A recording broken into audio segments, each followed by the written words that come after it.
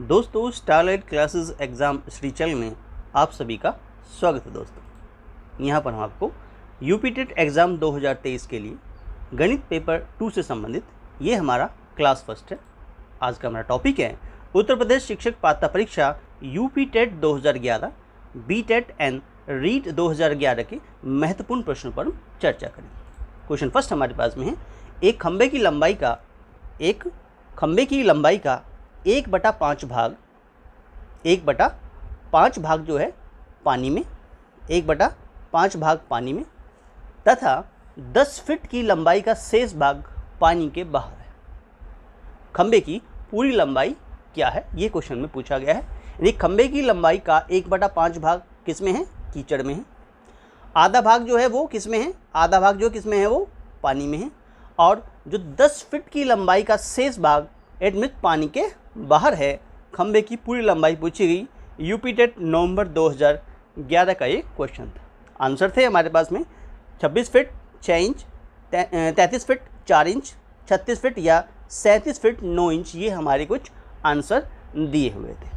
Question को कैसे solve करेंगे, क्या दिया हुआ क्वेश्चन में उसे आप नोट करेंगे और क्या लेट करना है उसे आप नोट करेंगे। मान लेते हैं खंभे की जो लंबाई है, यहाँ पर आप माना जो हमारे पास खंभा दिया हुआ है, तो खंभे की जो हमारे पास लंबाई है कितनी है वो हमने क्या लेट कर ली, वो हमने x फीट लेट कर ली। ये लंबाई जो है वो x फीट है।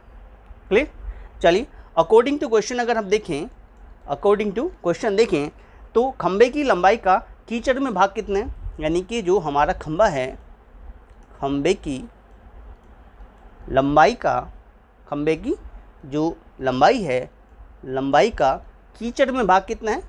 तो देखिए कीचड़ में कितना भाग है हमारे पास में, कीचड़ में जो भाग है वो कितना है हमारे पास में, कितना 1/5 भाग किसका, x का।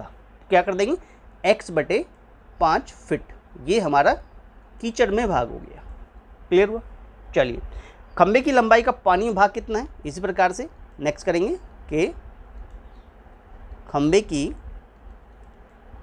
लंबाई का पानी में भाग कितना है, लंबाई का पानी में भाग कितना है, क्या बताया उसने, इट मीन्स आधा भाग, यानी कि 1/2, यानी कि x का 1/2, x/2 फीट जो है वो किस में है, इट मीन्स पानी में है।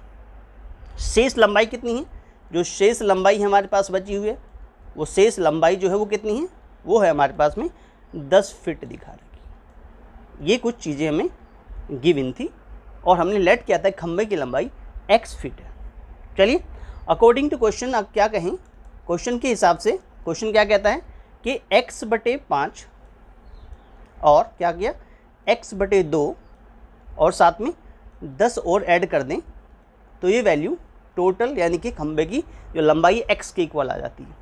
यहाँ तक बात क्लियर हो गई। इस प्रकार से इसको यहाँ तक सोल्व कर लेंगे, या इसको ऐसा भी कह सकते हैं कि x माइनस ऑफ ये जो x/5 है और प्लस ये x/2 है, उधर ले जाइए, ये माइनस हो जाएगा, इज इक्वल टू कितना हो गया, 10 हो गया। क्लियर हुआ, यहाँ तक कंप्लीट हो जाता है। चलिए, तो x माइनस ऑफ, इसको थोड़ा सोल्व कर लेते हैं।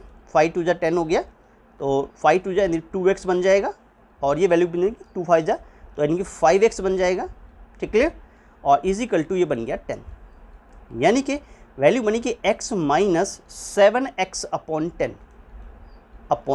10, ये वैल्यू 10 के इक्वल आ जाती है। क्लियर हुआ। इसके अपॉन भी 1 लेके आप इसका क्या कर सकते हैं, एलसीएम ले लेंगे। जो एलसीएम आपका क्या आ जाएगा, 10 आ जाएगा। तो यहाँ लिख देंगे कि 10x माइनस ऑफ कितना लिख देंगे, 7x इज इक्वल टू किसके इक्वल आ गया, 10 के इक्वल आ गया। तो वैल्यू बन गई कि 3x अपॉन 10 कितना बन गया, वैल्यू बन गई 10 के इक्वल। यानी कि x की जो वैल्यू आ गई, x की वैल्यू यानी क्रॉस मल्टीप्लाई करें ऐसे, तो ये कितना 10 10 100 हो जाएगा और अपॉन 3 कर देंगे, 100 अपॉन 3 क्या हो गया, इतने आपका फिट आ गया। यानी 100 को 3 से डिवाइड करें तो x की वैल्यू आ जाएगी कितनी, 33 टाइम्स 1/3 फिट आ जाएगी। क्लियर। 1 फिट में 12 इंच, तो 1/3 को क्या लिख देंगे, 1/3 को क्या लिख देंगे, दैट मीन्स एक्स की जो टोटल वैल्यू बन जाएगी, एक्स की वैल्यू बन जाएगी, इट मीन्स 33 हमारे फिट हो जाएंगे, 33 तो फिट हो जाएंगे, जितने तो फिट बन जाएंगे। और ये क्या बन जाएगा 1/3 यानी 12/3 कर देंगे, क्या है इंच में कन्वर्ट कर देंगे, ये 4 इंच में कन्वर्ट हो जाएगा। तो वैल्यू क्या बन गई, आंसर बन गया आपका कि 33 फीट 4 इंच। और ये हमारा सेकंड पार्ट हमारा राइट आंसर बन गया, 33 फीट 4 इंच में आपका आंसर बन जाता है। क्लियर हुआ? चलिए नेक्स्ट क्वेश्चन नंबर 2 में चलते हैं। क्वेश्चन नंबर 2 में क्या कहा हुआ? क्वेश्चन 2 कहता है कि अवरोही क्रम का विकल्प चुनिए। आपको कुछ ऑप्शन दिखा रखे हैं 1 2 3 4 में ABCD के रूप में, और कुछ फ्रैक्शन है 3/4, 2/3, 9/16 और 5/12। इन्हीं को लेते हुए आपको इनको अवरोही क्रम में दिखाना है। देखिए सबसे पहले देखते हैं 3/4 का क्या वैल्यू बनेगा। अगर इसको डिवाइड करें तो इसका आंसर 0.75 मिल जाएगा। 2 को 3 से डिवाइड करें तो इसका आंसर जो है 0.66 के आसपास आपको मिलेगा। ऐसे 9/16 करें तो इसका आंसर आपको 0.56 तक मिल जाएगा।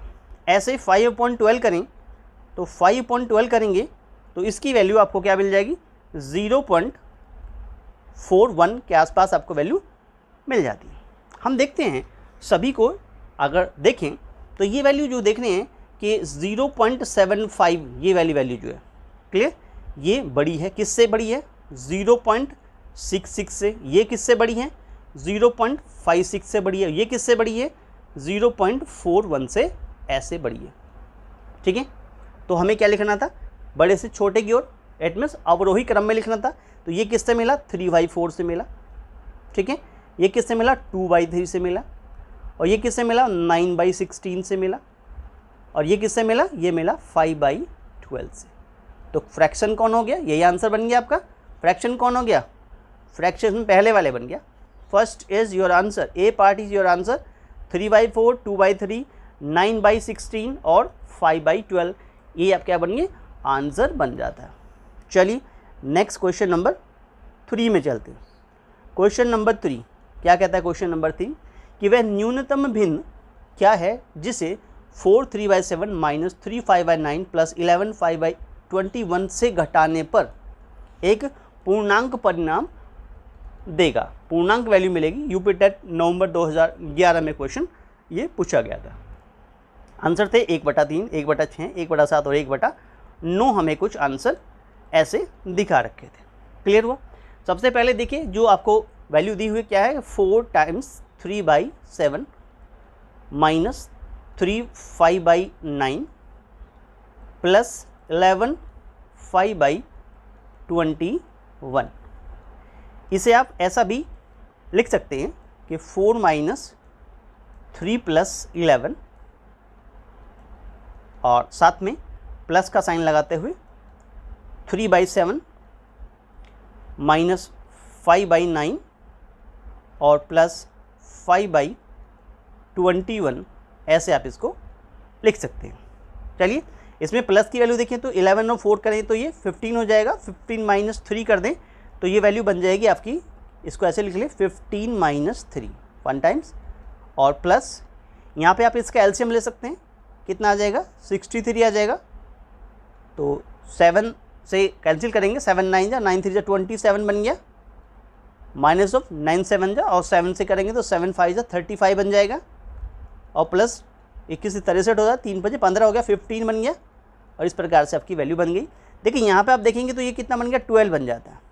12 बन जाता है प्लस ऑफ, यहाँ ऐड करेंगे 15 और 27 को और माइनस कर देंगे तो 15 और 27 को ये वैल्यू बन जाएगी प्लस क्या, कितना बन जाएगा? ये इट मीन्स 42 बन जाएगा। 42 बन जाएगा और माइनस क्या कर देंगे? 35 कर देंगे, और अपन क्या कर देंगे? 63 कर देंगे एज इट इज़। ये ऐसे ब्रैकेट में क्लोज हो गया। और वैल्यू क्या दे देगा? ये 12 देगा और प्लस ऑफ कितना देगा? देखो ये 7 हो गया और ये हो गया नीचे 63। इसे काट सकते हैं, 7 1 जा 7 9 जा, यानी कि आंसर बना 12 प्लस 1/9 1/9 या 12 टाइम्स 1/9 कह सकते हैं, ठीक है। देखिए अगर इसमें 1/9 ना होता, क्या घटाने की बात कर रहा है, घटाने की बात कर रहा है, यानी 1/9 ना होता तो ये एक पूर्णांक यानी 12 होता, ठीक है। इट मीन्स जो ऑप्शन होना चाहिए, जो इसका विकल्प होना चाहिए, जो एक सही विकल्प होना चाहिए, कह सकते हैं सही विकल्प क्या होगा, सही विकल्प कैसे बनेगा आपका, सही विकल्प तब बनेगा ये जो 12 प्लस ऑफ 1/9 लिखा हुआ है, इसमें से आप 1/9 को ही माइनस कर देते तो आपको आंसर क्या बनता, 12 बनता। और 12 एक पूर्णांक संख्या कही जाएगी, यानी 1/9 वो न्यूनतम भिन्न होगी जिसे दिए गए व्यंजक से घटाने पर एक पूर्णांक यानी कि 12 प्राप्त हो जाता है। It means D part is your right answer बन जाएगा। क्लियर हुआ? चलिए नेक्स्ट क्वेश्चन चलते हैं, क्वेश्चन नंबर 3 में। क्वेश्चन 3 क्या कहता है? क्वेश्चन 3, निम्न को सरल कीजिए। आंसर में कुछ ऑप्शन थे 1/6, 6, 10 या 12, और वैल्यू क्वेश्चन था 1/2 + 1/3 डिवाइड 1/4 - 1/6। ये भी यूपी टेट नवंबर 2011 में क्वेश्चन पूछा गया था। सोल्व कर लेते हैं किस प्रकार से। गिवन था 1/2 + 1/3 और डिवाइड में दिखा रखा था, छोटा सा क्वेश्चन था, 1/4 - 1/6। क्लियर? चलिए एलसीएम लेते हैं इसका। एलसीएम हमारे पास 6 आ जाता है, 3 + 2 कर देंगे, ब्रैकेट क्लोज, डिवाइड का साइन लगा लेंगे, इसका एलसीएम ले लेंगे। एलसीएम हमारा 12 आ जाता है और 4 3 या 3 - 2 बन जाएगा। आंसर क्या बना, 5/6 और डिवाइड बाई कितना बन गया, 1/12 बन गया। डिवाइड के साइन को मल्टीप्लाई में कन्वर्ट कर देते हैं, 5/6 मल्टीप्लाई बाई कितना बन जाएगा, 12/1, 6 2 जा कितना बन गया, 12 बन गया। आंसर बन गया 5 × 2 और 5 2 जा होता है 10 और 10 ही आपका राइट आंसर बन जाता है। क्लियर हुआ? चलिए C part is your right answer. Next question में चलते हैं। क्वेश्चन नंबर आपके पास में 4। क्वेश्चन नंबर 4 क्या कहता है? क्वेश्चन नंबर 4, 2 की पावर 8 का वर्गमूल क्या है? नवंबर 2011 में पूछा गया। आंसर थे 64, 48, 32 और 16। तो 2 की पावर 8 का वर्गमूल पूछा गया है। 2 की पावर 8 का यानी 2 की पावर 8 ये हो गया, इसका हमने कर दिया कितना, ऐसे वर्गमूल स्क्वायर रूट बना दिया इसका। तो देखिए क्या कह सकते हैं, इसका मतलब क्या बनेगा कि 2 की पावर 8 की पावर 1/2, ये मतलब होता है इसका। इट मीन्स दैट इसको आप ऐसे लिख सकते हैं कि 2 की पावर 8 की पावर 1/2, 2 से काट 2 4 8 हो गया, दैट इज़ इसका मतलब है 2 की पावर 4 और 2 की 4 बार मल्टीप्लाई, यानी 2 2 जा और 2 जा कर दें तो 2 दूनी 4 दूनी 8 दूनी क्या बन गया, आंसर बन गया 16 और यही आपका क्या बन गया, राइट आंसर बन जाता है। क्लियर हुआ? इस प्रकार से ये आपका right answer D is your right answer बन जाता है। क्लियर हुआ? चलिए इस प्रकार से क्वेश्चन 4 कंप्लीट हो गया। नेक्स्ट क्वेश्चन नंबर 5 में चलते हैं। क्वेश्चन नंबर 5 क्या कहता है? एक मैदान की लंबाई कितनी है, 80 मीटर है, चौड़ाई कितनी है, 60 मीटर है। चौड़ाई तथा लंबाई के बीच का अनुपात चाहिए। चौड़ाई और लंबाई के बीच का क्या चाहिए, अनुपात चाहिए, रेशो चाहिए। ए पार्ट में 3:2, बी 3:4, सी 4:3 और डी 2:3 हमें क्वेश्चन में आंसर दिखा रखे थे। चलिए देखिए, ये क्वेश्चन यूपी टेट नवंबर 2011 में पूछा गया था। क्वेश्चन में चौड़ाई और लंबाई के बीच का अनुपात हमें निकालना है।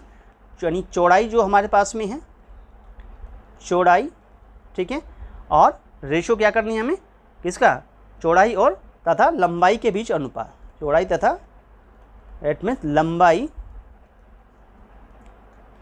के बीच जो अनुपात होगा वो हमें निकालना है।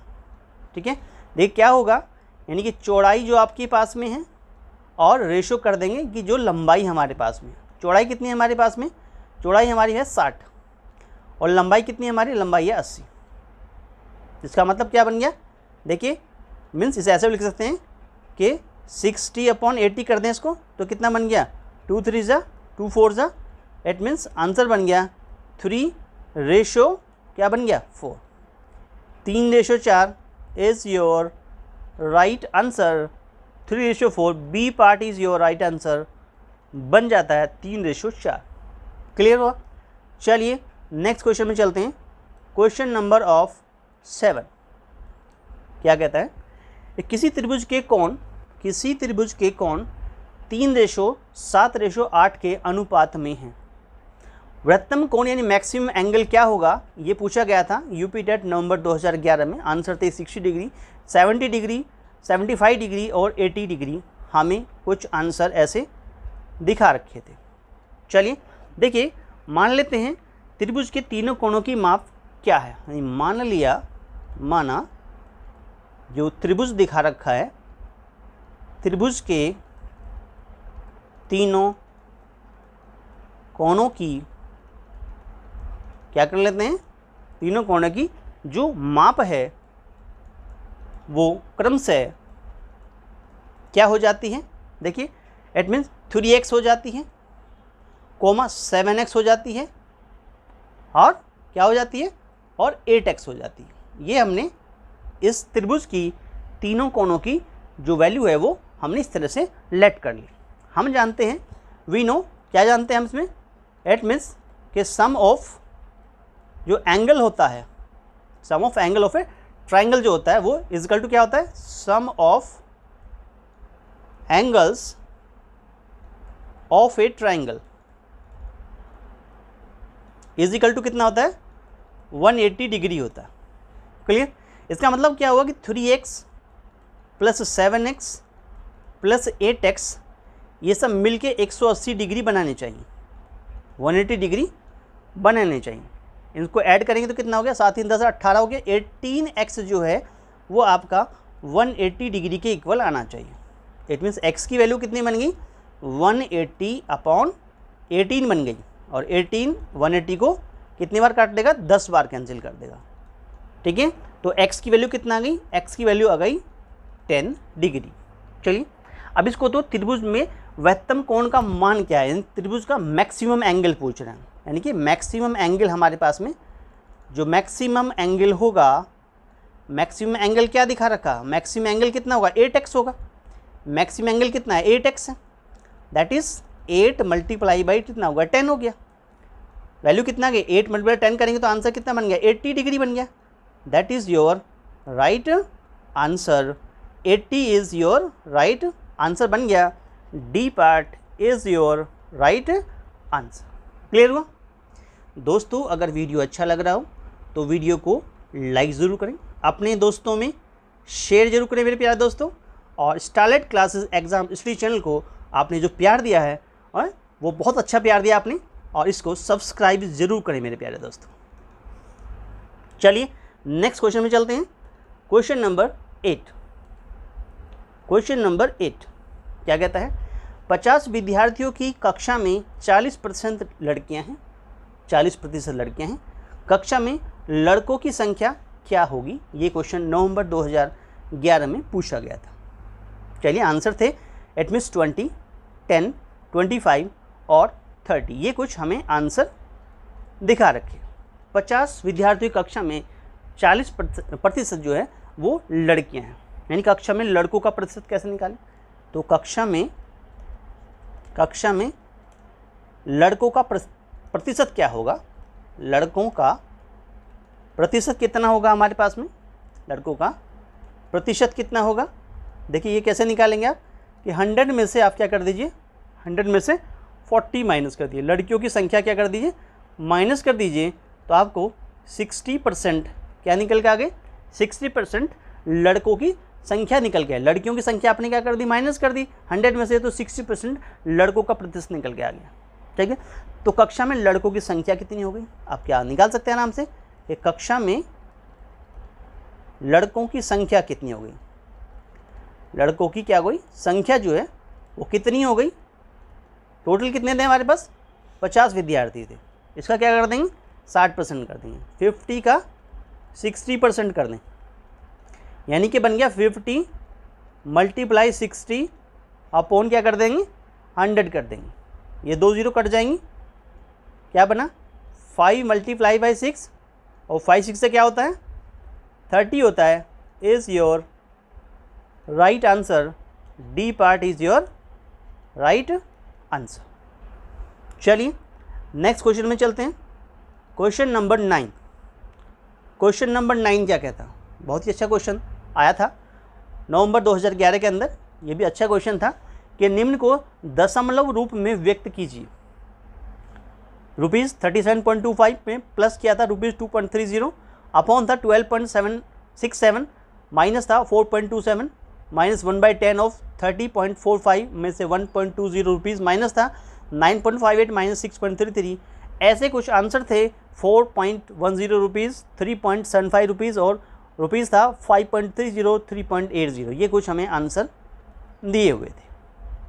चलिए सोल्व करते हैं। क्वेश्चन में जो लिखा हुआ है इट मीन्स यहाँ पर लिखा हुआ था 37 यानी रुपीज़ में था, इट मीन्स 37.25 और प्लस था it means ₹2.30 upon of rupees था 12.67 और माइनस था ₹4.25। इसमें 1/10 के रूप में ब्रैकेट के अंदर rupees of 30.45 minus rupees of 1.20 upon rupees of 9.58 minus rupees of 6.33। अगर आप माइनस और प्लस की जो वैल्यू हैं उनको ऐड करें तो 37.25 2.30 ऐड करेंगे तो आपके पास आंसर मिलेगा 39.55। ये ऊपर से मिल गया रुपीज़ में। नीचे बन जाएगा हमारे पास में 12.67 है, उसमें से 4.25 आप लेस करेंगे 4.25 तो ये बन गया 8.42। क्लियर, माइनस 1/10 यहाँ आइएगा आपके पास दिया 30.45 ये वाला माइनस 1.20 30 पॉइंट हमारे पास में कितना है 30.45 और उसमें से 1.20 गया तो आंसर बनेगा 29.25 ये बन जाएगा।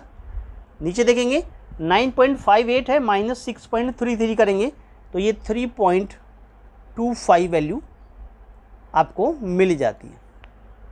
चलिए यहाँ तक आप देख लेंगे। देखिए वैसे ही इसको काट देगा और ये इसको 9 टाइम्स सीधा सीधा कैंसिल कर देता है 9 बार, तो ये वैल्यू कितनी बन गई आपके पास में, ये वैल्यू बन गई। इसको भी आप देखें तो ये भी वैल्यू उसको काट देगी करीबन 4.7 टाइम्स, ये भी इसको माइनस मतलब डिवाइड कर देंगे 4.70 टाइम अप्रॉक्सीमेट ये इसको डिवाइड कर देगी तो 4.70 माइनस ऑफ 9/10 बनेगा, यहाँ पे 9/10 बनेगा जो 0.9 में कन्वर्ट हो जाएगा तो 4.70 माइनस 0.9 माइनस करेंगे तो आंसर बनेगा 3.80 के अप्रॉक्सीमेट को आंसर प्राप्त हो जाएगा और 3.80 ही आपका क्या बनेगा राइट आंसर बन जाएगा।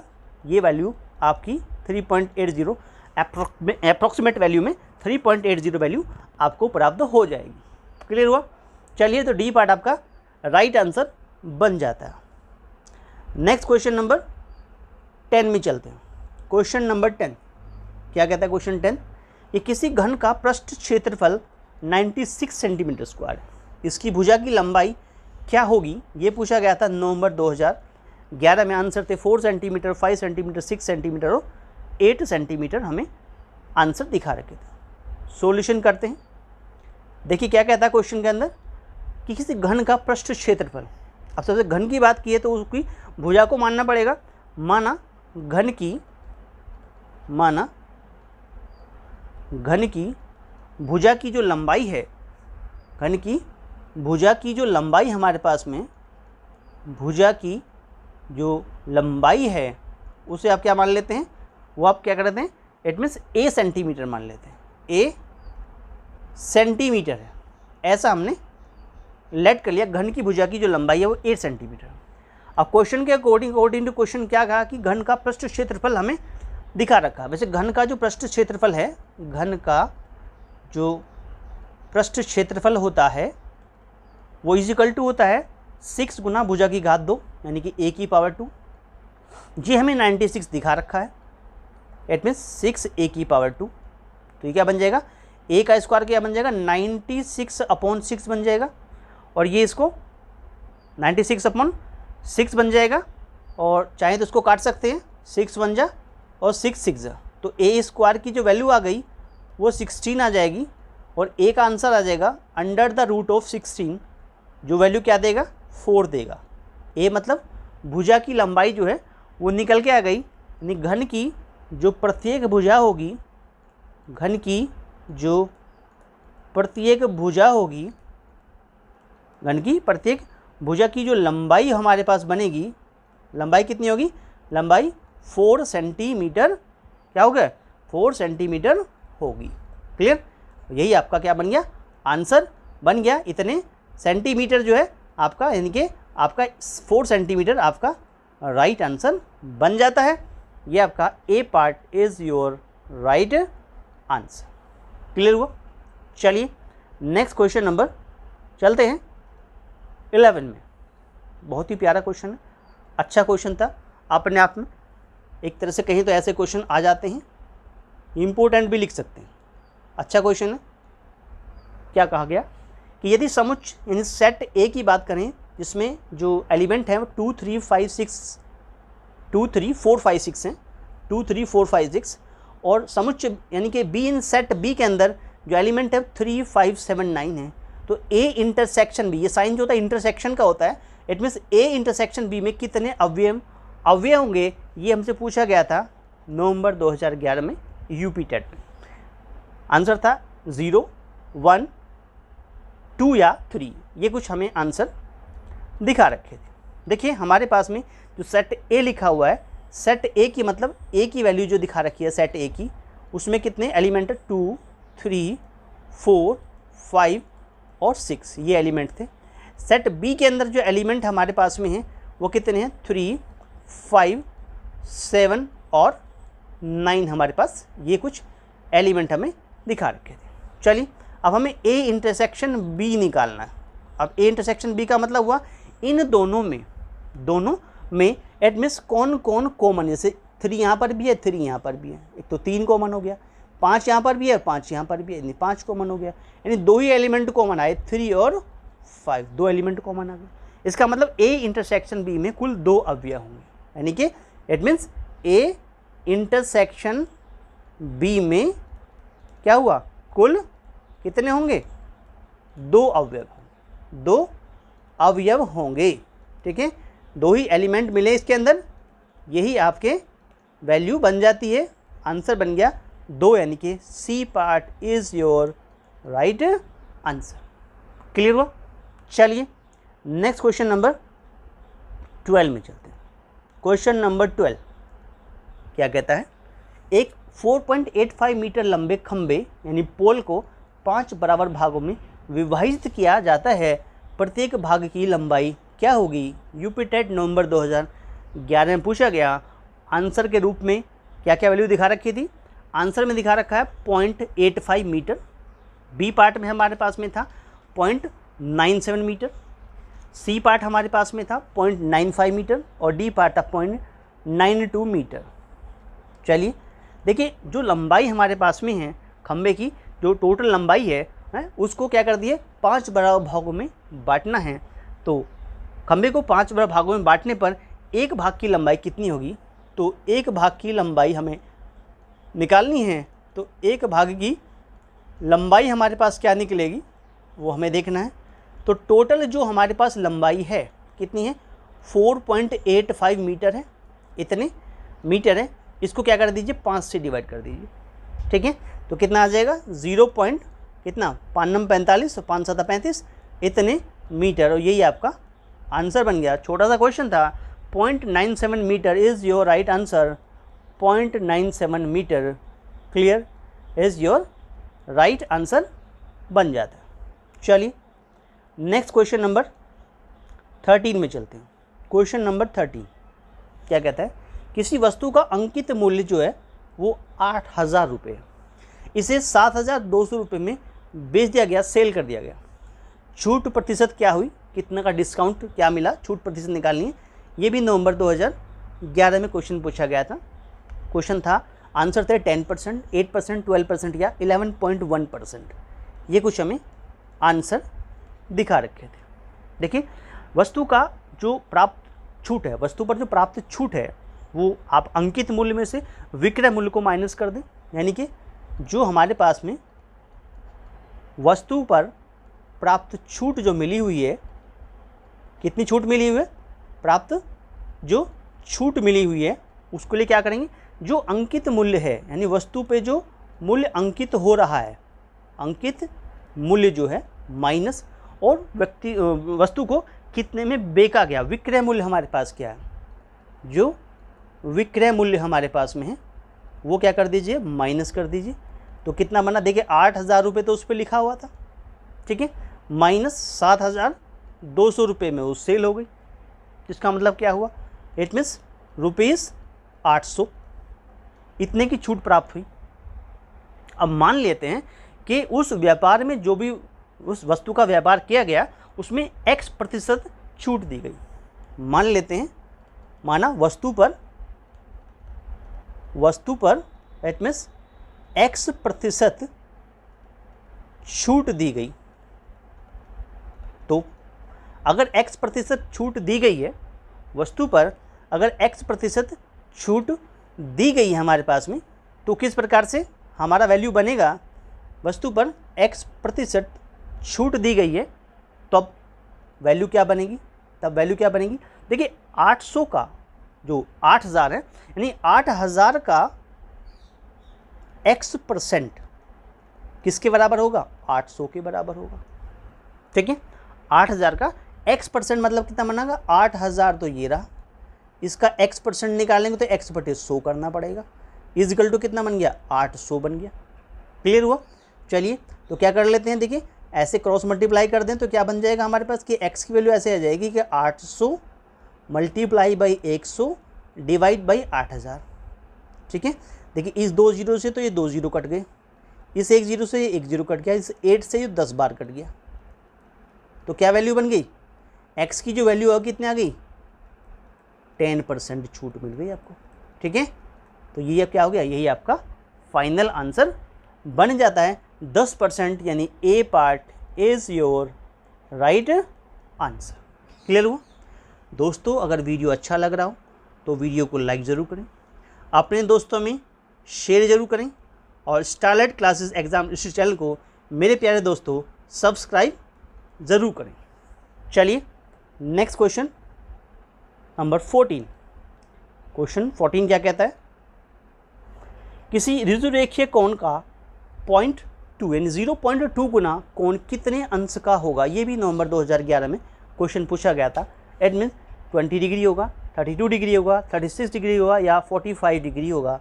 ये कुछ हमें आंसर दिखा रखे थे। देखिए किसी बात क्या है ऋजुरेखीय कोण की, तो जो ऋजुरेखीय कोण होता है, ठीक है, जो ऋजुरेखीय कोण होता है हमारे पास में वो कितने का होता है, वो 180 डिग्री का होता है। यानी जो हमारे पास में ऋजुरेखीय कोण होता है, ऋजुरेखीय कोण जो होता है या ऋजुरेखीय कोण का योग कह लीजिए या ऋजुरेखीय कोण का मान कह लीजिए, ऋजुरेखीय कोण का जो मान होता है वो होता है 180 डिग्री, ठीक है, जिसको आप बाइलिनियर पेयर कहते हैं।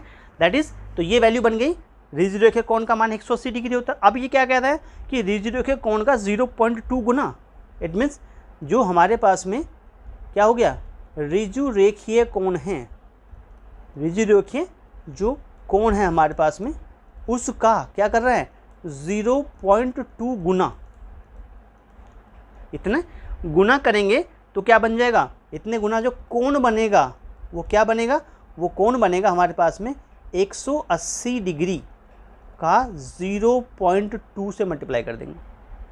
इसका मतलब क्या हुआ कि 180 को ये पॉइंट हटा के नीचे कितना आ जाएगा, 10 आ जाएगा, ठीक है। 10 से एक 0 कट गया, आंसर बना 18 गुना 2, इसमें 18 गुना 2 कितना होता है 36 और 36 होता है। 36 degree is your right answer. क्या बना, C part is your right answer बन जाता है। क्लियर हो। चलिए नेक्स्ट चलते हैं। क्वेश्चन नंबर हमारे पास में कौन से वाला, क्वेश्चन नंबर 15। बहुत बढ़िया क्वेश्चन है, बहुत प्यारा क्वेश्चन है। स्टार्ट करने से पहले ही इम्पोर्टेंट लिख देते हैं क्योंकि ऐसे क्वेश्चन पेपर में मिल जाते हैं। क्या कहता है, एक बंद लकड़ी के बक्से की आंतरिक लंबाई 20 सेंटीमीटर, चौड़ाई 14 सेंटीमीटर, ऊंचाई 9 सेंटीमीटर है। ये हमारे पास कुछ ऐसे दिखा रखा है, बक्सा दिया हुआ, ठीक है। इस लकड़ी के बक्से की जो लंबाई है हमारे पास, अंदर की लंबाई की बात कर रहा है। देख, आंतरिक लंबाई जो हमारे पास में है वो यहाँ तक गिनी जाएगी मोटाई को छोड़ते हुए। दैट इज़ ये कितनी होगी हमारे पास में, ये हमारे कितनी हो गई, दैट इज़ 20 सेंटीमीटर। ऐसे ही चौड़ाई जो हो गई आंतरिक, वो हो गई हमारे पास अंदर, अंदर की बात कर रहा है, यहाँ से लेके यहाँ तक की बात कर लें हम, ये वाली वैल्यू अंदर की बात कर रहे हैं, ठीक है। ये एज इट इज़ यहाँ पे अंदर की बात थी। और ये ऊंचाई भी हमारे पास दिखा रखी है 9 सेंटीमीटर। ये चौड़ाई हो गई हमारे पास, ये वही हमारे पास कितनी हो गई, लंबाई हो गई, यानी कि ये हमारी लेंथ दिखा रखी है, लंबाई हमारे पास दिखा रखी है। तो ये हमारी जो लंबाई हो जाती है वो कितनी हो जाती है, जो लेंथ हो गई हमारे पास में, यानी ये जो लंबाई हो जाती है, लेंथ हो गई हमारे पास में, यानी ये तो हमारी लंबाई हो जाती है, ये हमारी क्या हो जाती है, चौड़ाई हो जाती है। और ये हमारी कितनी हो जाएगी, ये हमारी ऊंचाई हो जाएगी। ये कितना हो जाएगी, हमारी ऊंचाई हो जाएगी हमारे पास में, ठीक है। और ये हमारी मोटाई हो जाएगी, कितनी है, इतनी मोटाई तक हमें क्या दिखा रखा है, ये हमारी क्या हो जाती है, मोटाई हो जाती है। मोटाई में क्या दिखा रखी है, 1 सेंटीमीटर वो मोटा है।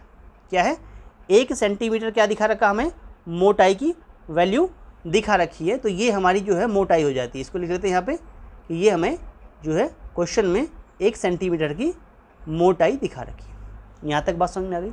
चलिए, यानी ये पार्ट तो थे जो क्वेश्चन में गिवन पार्ट थे, ऐसा दिया हुआ क्वेश्चन में कि एक बंद लकड़ी के बक्से की आंतरिक लंबाई 20 सेंटीमीटर, चौड़ाई 14 सेंटीमीटर, ऊंचाई 9 सेंटीमीटर। यदि लकड़ी की मोटाई 1 सेंटीमीटर हो और ये कहा गया कि तथा 1 सेंटीमीटर क्यूब लकड़ी का वजन जो है वो 0.5 ग्राम हो, तो बक्से का वजन क्या होगा, ये हमसे पूछा गया था नवंबर 2011 में। आंसर थे 272 272 ग्राम होगा, 496 यानी 496 ग्राम होगा, 504 ग्राम हो गया, 676 676 ग्राम होगा। ये कुछ हमें आंसर दिए हुए थे। चलिए देखिएगा, बक्से का अगर हम आंतरिक माप देखें, बक्से का आंतरिक आयतन देख लें, तो इट मीन्स बक्से का क्या बन गया हमारे पास, बक्से का आंतरिक की बात करें, अंदर की बात करें, बक्से की आंतरिक माप या बक्से का आंतरिक आयतन कह लीजिए, तो कितना बन गया, बक्से का हमारे पास में आंतरिक आयतन कह लीजिए, तो ये कितना बन गया, आंतरिक आयतन कह लीजिए, जो क्या बन जाएगा, लंबाई गुना चौड़ाई गुना ऊंचाई। ठीक है, तो लंबाई कितनी बन गई हमारे पास, 20 बन गई, चौड़ाई कितनी बन गई हमारे पास, 14 बन गई, और हाइट यानी कि एच क्या बन गई, 9, इतने सेंटीमीटर क्यूब आंसर आ जाएगा। इसे आप V1 कह लीजिए, मान लेते कि बक्से का आंतरिक आयतन जो V1 है वो हमारा इतना निकल के आ जाएगा। क्लियर, यहाँ तक बात होगी।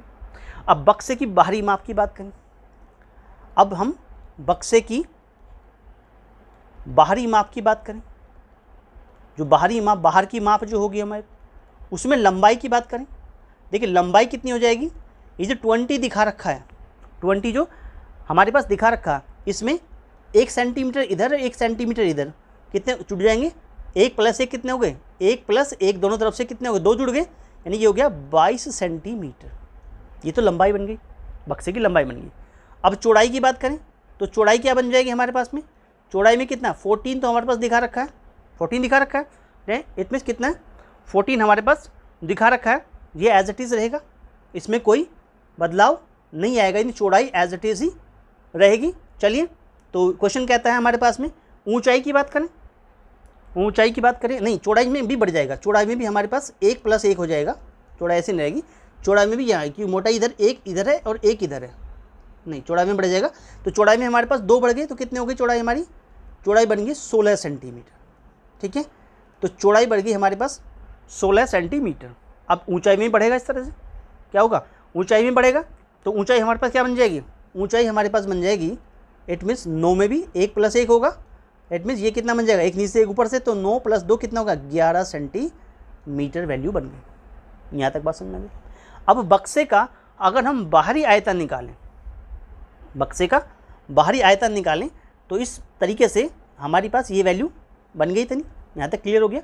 चलिए, अब यहाँ पर हम देखेंगे कि जो बक्सा हमारा दिखा रखा है, इस बक्से का क्या बन गया, इट मीन्स बाहरी आयतन कितना बन गया, बाहरी आयतन जिसे हम क्या कहेंगे V2 कहें, वो भी LBH होगा। मान लीजिए इसको कैपिटल मान लेते हैं, कैपिटल L, कैपिटल B और कैपिटल H बन गए दोनों तीनों, ठीक है। ये वैल्यू कैपिटल L में कन्वर्ट हो गई और ये जो चौड़ाई हमारे पास बन गई ये हमने जो है मतलब कैपिटल B मान लिया इसको, और ये जो ऊंचाई बन गई इसको कैपिटल किस में मान लिया, H मान लिया। क्लियर। तो LBH बन गया हमारे पास V2, यानी L हमारे पास बन गया 22 का, और B यानी ब्रेथ बन गई हमारे पास कितनी 16 बन गई, 14 15 16 बन गई, और हाइट हमारी 11, इतने सेंटीमीटर क्यूब बन गई। ये हमारा V2 नहीं, दूसरा आयतन निकल के आ गया, बाहरी आयतन निकल के आ गया। चलिए अच्छा, अब हमें बक्से की लकड़ी का आयतन निकालना है, ये तो बाहरी आयतन हो गया। अब कहें बक्से की लकड़ी का आयतन कितना होगा, तो जो हमारे पास में बक्से में लकड़ी लगे हैं, बक्से की लकड़ी का आयतन, जो लकड़ी लगी है लकड़ी का क्या बन जाएगा, आयतन बन जाएगा। वो कितना बन जाएगा, देखिए बाहरी आयतन जो है वो कितना निकला हमारा V2 निकला, आंतरिक आयतन कितना था V1 था, इसे क्या कर देंगे माइनस कर देंगे। तो V2 में से V1 माइनस किया आपने तो कितना बन गया हमारे पास, V2 कितना था हमारे पास, V2 जो निकला वो कितना था, V2 की वैल्यू निकल के आएगी, इसे हम सोल्व कर लेते हैं। इसको V2 जो बन जाएगा, V2 कितना बन जाएगा यहाँ पे, इसको सोल्व करेंगे तो इसकी वैल्यू बन के आ जाएगी, इसमें 3872 बन जाएगी, इतने सेंटीमीटर क्यूब। और V1 को भी अगर सोल्व करना चाहें तो V1 की वैल्यू भी इनको भी आपस में सोल्व कर दें, 20 14 और 9 की आपस में मल्टीप्लाई कर दें तो 2520 बन जाएगी, 2520 इतने क्या बन जाएगा सेंटीमीटर क्यूब बन जाएगा। तो V1 और V2 आपस में क्या कर देंगे, यहाँ माइनस कर देंगे, ये 3872 में से क्या माइनस कर दिए 2520 माइनस कर दीजिए। तो ये हमें जो आंसर मिल जाएगा, ये हमारा जो आंसर बन जाएगा हमारे पास, ये वैल्यू क्या बन जाएगी, ये वैल्यू बन जाएगी 1352 बन जाएगी, 1352 बन जाएगी। इतने सेंटीमीटर क्यूब बन गया, इतने सेंटीमीटर क्यूब आपका आंसर बन गया। अब वजन की बात कर रहा है तो बक्से का वजन कितना होगा, अब वो वजन कहा गया है इसमें मल्टीप्लाई करना है किसको 0.5 से करना ग्राम में, तो बक्से का वजन कितना निकलेगा। देखो वजन से मतलब हमारे पास ये होगा बक्से का वजन कितना होगा, देखो वजन हमारे पास कितना होगा कि जो हमारा अभी आयतन बन के आया है, यानी लकड़ी का जो आयतन है 1352 इतने सेंटीमीटर क्यूब बना है, ठीक है। इसमें आप क्या कर दीजिए 0.5 ग्राम से क्या कर दीजिए मल्टीप्लाई कर दीजिए, 0.5 ग्राम से मल्टीप्लाई कर दीजिए। जब मल्टीप्लाई करेंगे तो आंसर बनेगा 676 ग्राम, इतने ग्राम बन जाएगा, और यही हमारा फाइनल आंसर होगा। 676 ग्राम जो है यही हमारा फाइनल आंसर होगा। That is D part is your right answer. Clear हुआ, D part is your right answer. चलिए नेक्स्ट क्वेश्चन 16 में चलते हैं। 16 क्वेश्चन क्या कहता है, एक व्यक्ति ने एक रेडियो 810 रुपये में बेचकर 10% की हानि उठाई। एक व्यक्ति ने जो रेडियो हमारे पास में है वो 810 रुपये में बेचकर 10% की हानि उठाई। यदि वह उसे ₹135 में बेचता, सेल करता, तो उसे कितने प्रतिशत का लाभ यानी प्रॉफिट प्राप्त होता। ये क्वेश्चन बीटेट 2011 में बहुत ही अच्छा क्वेश्चन था। आंसर थे 20%, 18%, 25% और 15%। ये कुछ आंसर हमें दिखा रखे थे। चलिए अब मान लेते हैं रेडियो का जो मूल्य है, रेडियो का जो हमारे पास मूल्य है वो यानी जो क्रय मूल्य है जिसको कहते हैं कॉस्ट प्राइस जो है, मान लेते हैं, माना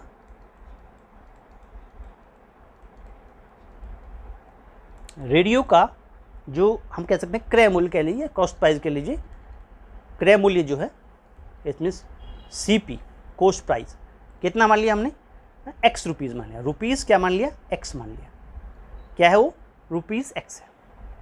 अब प्रश्न के अनुसार क्या हमारे पास में कि 10% की हानि हुई, 10% की हानि हुई हमारे पास में, कि वैल्यू क्या बनती है अकॉर्डिंग टू क्वेश्चन, क्या बनता है कि X मल्टीप्लाई 100 माइनस 10% अपॉन 100 किसके इक्वल होना चाहिए 810 रुपये के इक्वल होना चाहिए। एक रेडियो को इतने में बेचकर 10% की हानि उठाई उसने, इट मीन्स 810 रुपये हमारे पास X मल्टीप्लाई बाई कितना बन गया हमारे पास में, यानी इतने बेस था, सेलिंग प्राइस हो गया, ये cost price 100 minus loss percent upon 100 क्या बन गया, एसपी का फॉर्मूला बन गया। क्लियर। तो यहाँ पर हम इसका सीपी निकाल लेंगे, जैसे यहाँ बन जाएगा मल्टीप्लाई करेंगे तो एक्स मल्टीप्लाई कितना बन गया 90 अपॉन 100 इज इक्वल टू 810 बन गया। ठीक है, तो यहाँ पे मल्टीप्लाई कर देंगे तो ये इसको x बराबर क्या दिखा देगा 810 मल्टीप्लाई बाई 100 कर देंगे और डिवाइड बाई 90 कर देंगे, तो ये इसको काट देगा और 9 9 जा 81 होता है और 9 से करेंगे तो कितना आ गया 9 इंटू 100 900 रुपये आ गया। इट मीन्स कॉस्ट प्राइस की वैल्यू CP जो x की वैल्यू आ गई है, x की वैल्यू कितनी आ गई 900 रुपये आ गई, ये वैल्यू समझ में आ गई। इट मीन्स आपको एक तरह से क्या बन गया CP यानी कॉस्ट प्राइस प्राप्त हो गया, रेडियो का क्रय मूल्य मिल गया आपको। ठीक है, अब क्वेश्चन में कहा गया है अब हम प्रतिशत निकालना है, अगर वो 135 में बेचता अकॉर्डिंग टू क्वेश्चन या सेकंड कंडीशन कहती है अगर वो 135 में बेचता तो उसे कितना लाभ होता। इसमें अब हमारे पास में है लाभ प्रतिशत निकालना, हमें प्रॉफिट परसेंटेज निकालनी हमारे पास में, तो प्रॉफिट परसेंटेज कितना होगा, इट मीन्स प्रॉफिट जो परसेंटेज होगा वो SP माइनस CP अपॉन कितना कर देंगे 100 यानी CP कर दें SP minus CP upon CP into 100 कर दें एज इट इज़। यानी क्या सेलिंग प्राइस कितना होता है उसका 1035 होता माइनस उसका CP कॉस्ट प्राइस कितना निकला 900 निकला, बटे क्या कर देंगे बटे CP तो 900 है ही और मल्टीप्लाई कर दें उसमें किससे की 100 की, तो ये हमारा क्या प्रॉफिट परसेंटेज निकल के आ गया। अब देखिएगा हमारे पास 1035 में से 900 यानी कि 1035 में से 900 माइनस कर दें और डिवाइड बाई हमारे पास 900 कर दें तो वैल्यू कितनी प्राप्त होगी यहाँ पर हम देखेंगे। देखिए क्वेश्चन के अकॉर्डिंग हमारे पास जो वैल्यू मिलेगी, आप चाहें तो उसको थोड़ा सॉल्व भी कर सकते हैं, यहाँ से ये दोनों जीरो कट जाएंगे आराम से। ठीक है, ये हमारे पास में 1035 लिखा हुआ और ये हमारे पास 900 हो गया। ठीक है, माइनस कर दिया आपने इसमें 5 और 3 और ये बन गया कितना 135, यानी कि क्या बना आंसर कि 135 बटे कितना बन गया 9 बन गया। ठीक है, 9 से काटे 9 1 जा 9 और 9 5 45, तो आपको आंसर बना प्रॉफिट कितने का आ गया, प्रॉफिट कितने का आ गया दैट इज़ प्रॉफिट मिल गया हमें कितना 15% का प्रॉफिट हमें प्राप्त हो जाता है और यही हमारा right answer D part is your right answer बन जाता है।